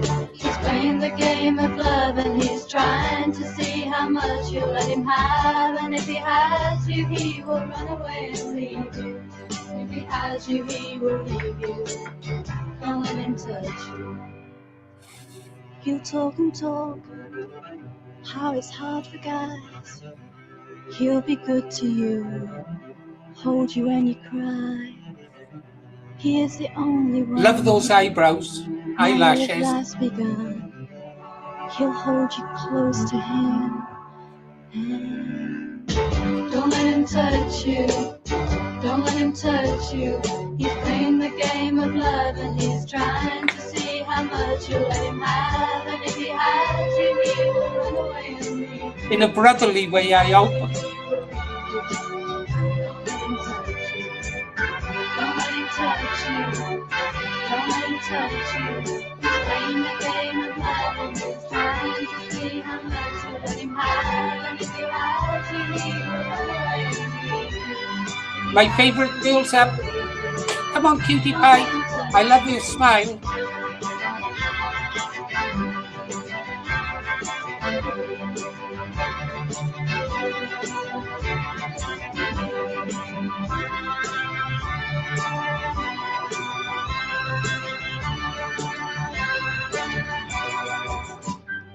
says he's going to quit.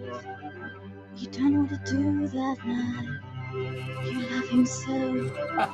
You think perhaps you might. Your heart beats fast.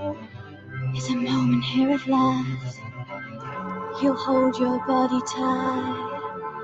And don't let him touch you. Don't let him touch you. He's playing the game of love and he's trying to see how much you let him have. And if he has you, he will run away and leave you. If he has you, he will leave you. Now I'm interested, Kirsty.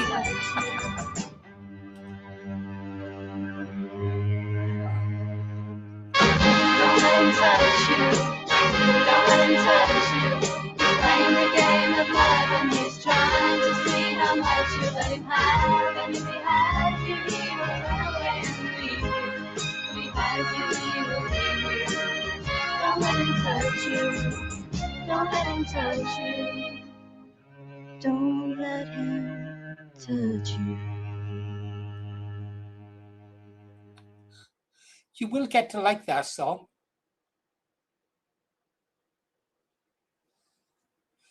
Come on, then. We haven't had Amelia now, have we? Oh.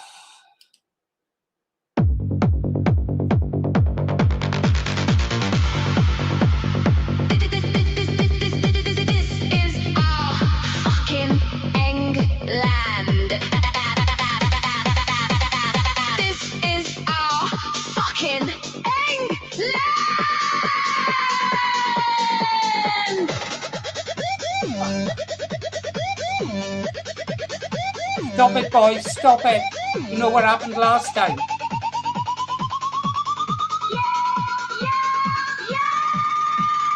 up if you bleed red, white and blue. Warehouse on fire, baseline smashing through. Our ways, our culture, our island rules. If you don't like our ways, fuck off then. England, England. Fuck off then. Our ways. Fuck off then. This is England.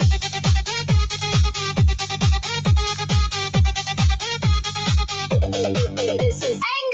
Fish and chips, pints in the pub, Sunday roast, stiff upper lip, proper English grub, football, terraces, screaming accents, thick as mud, our history, our streets, our blood. You come here whinging about our ways, don't like our culture? Fuck off then! Don't like our traditions? Fuck off then! Our ways! Our ways! Our ways!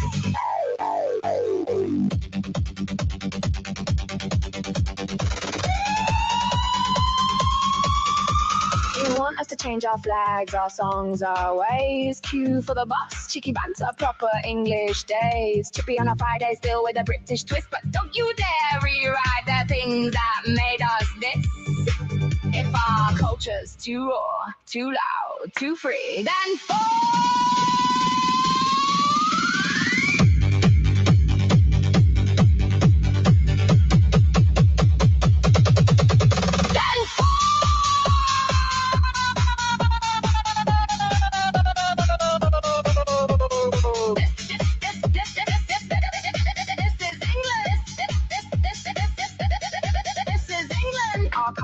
our pubs, our rainy parade, Union Jack flying while the bassline slays, Marmite on toast, banter that cuts like a blade, keep calm and rave hard, that's how we're made.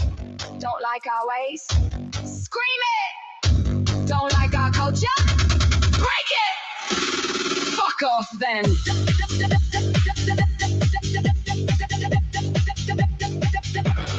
Fuck off then!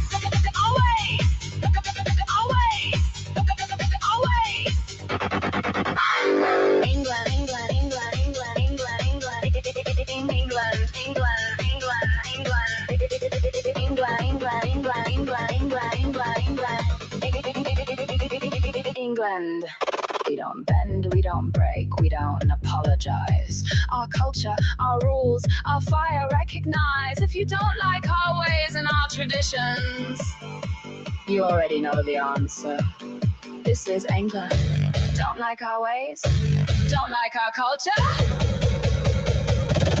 Fuck off then!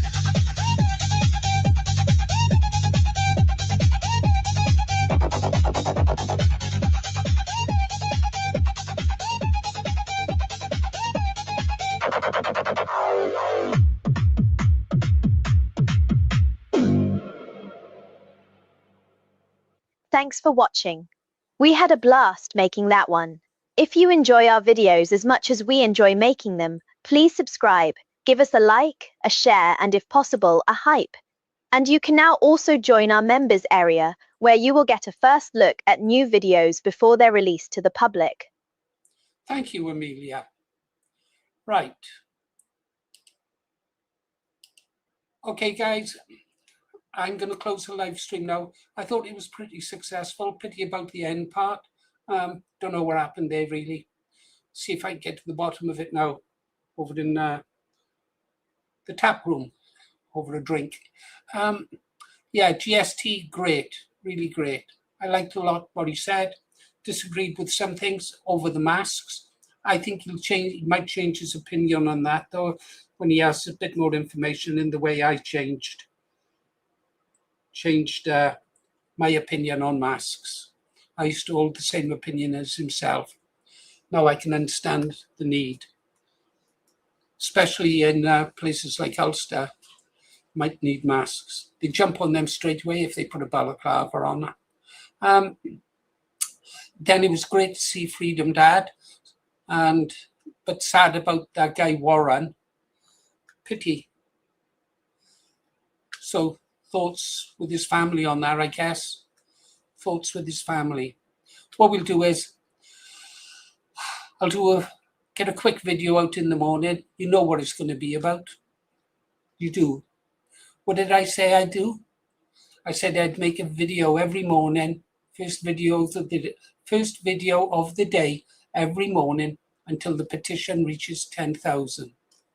Then what I'm going to do then is I'm going to edit all the footage from Freedom Dad and what I've got, put it all together into a tribute to the Ulster people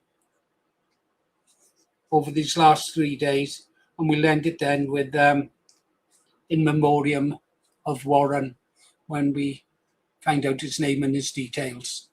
So thoughts with his family there, guys. All right then, guys, let's go and find out what happened. You've been listening to oh, there's Rabbi Rob. He's come back because I'm talking. If I put a song on, he'd run away. I'm gonna run away from you. What was that song? I'm gonna run away from you. Yeah, Tammy Lynn. You didn't wear a mask during COVID.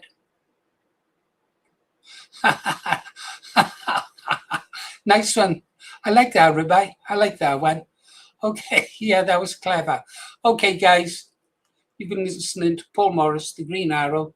I don't know when there's going to be another live now, guys. I honestly don't. Sometimes they just leave a sour taste in your mouth, don't they? A sour taste.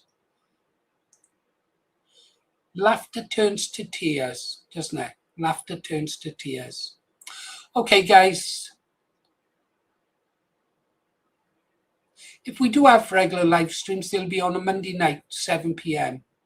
7 till 10. Yeah, we'll do one live stream a week, maybe two. But Monday night definitely works for me.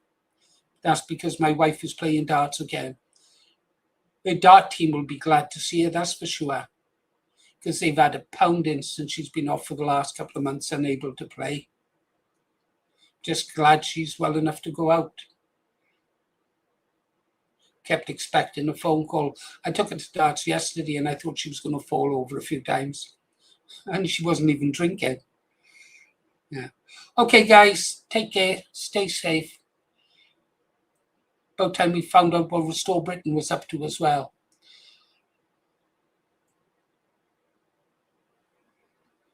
I can't go yet. I haven't had a green heart off Kirsty. There they are. Thank you, Kirsty. Good night, girl. Hey, Kirsty, I'm really looking forward to meeting you now. Oh no, fuck, I'm married and I've been neutered.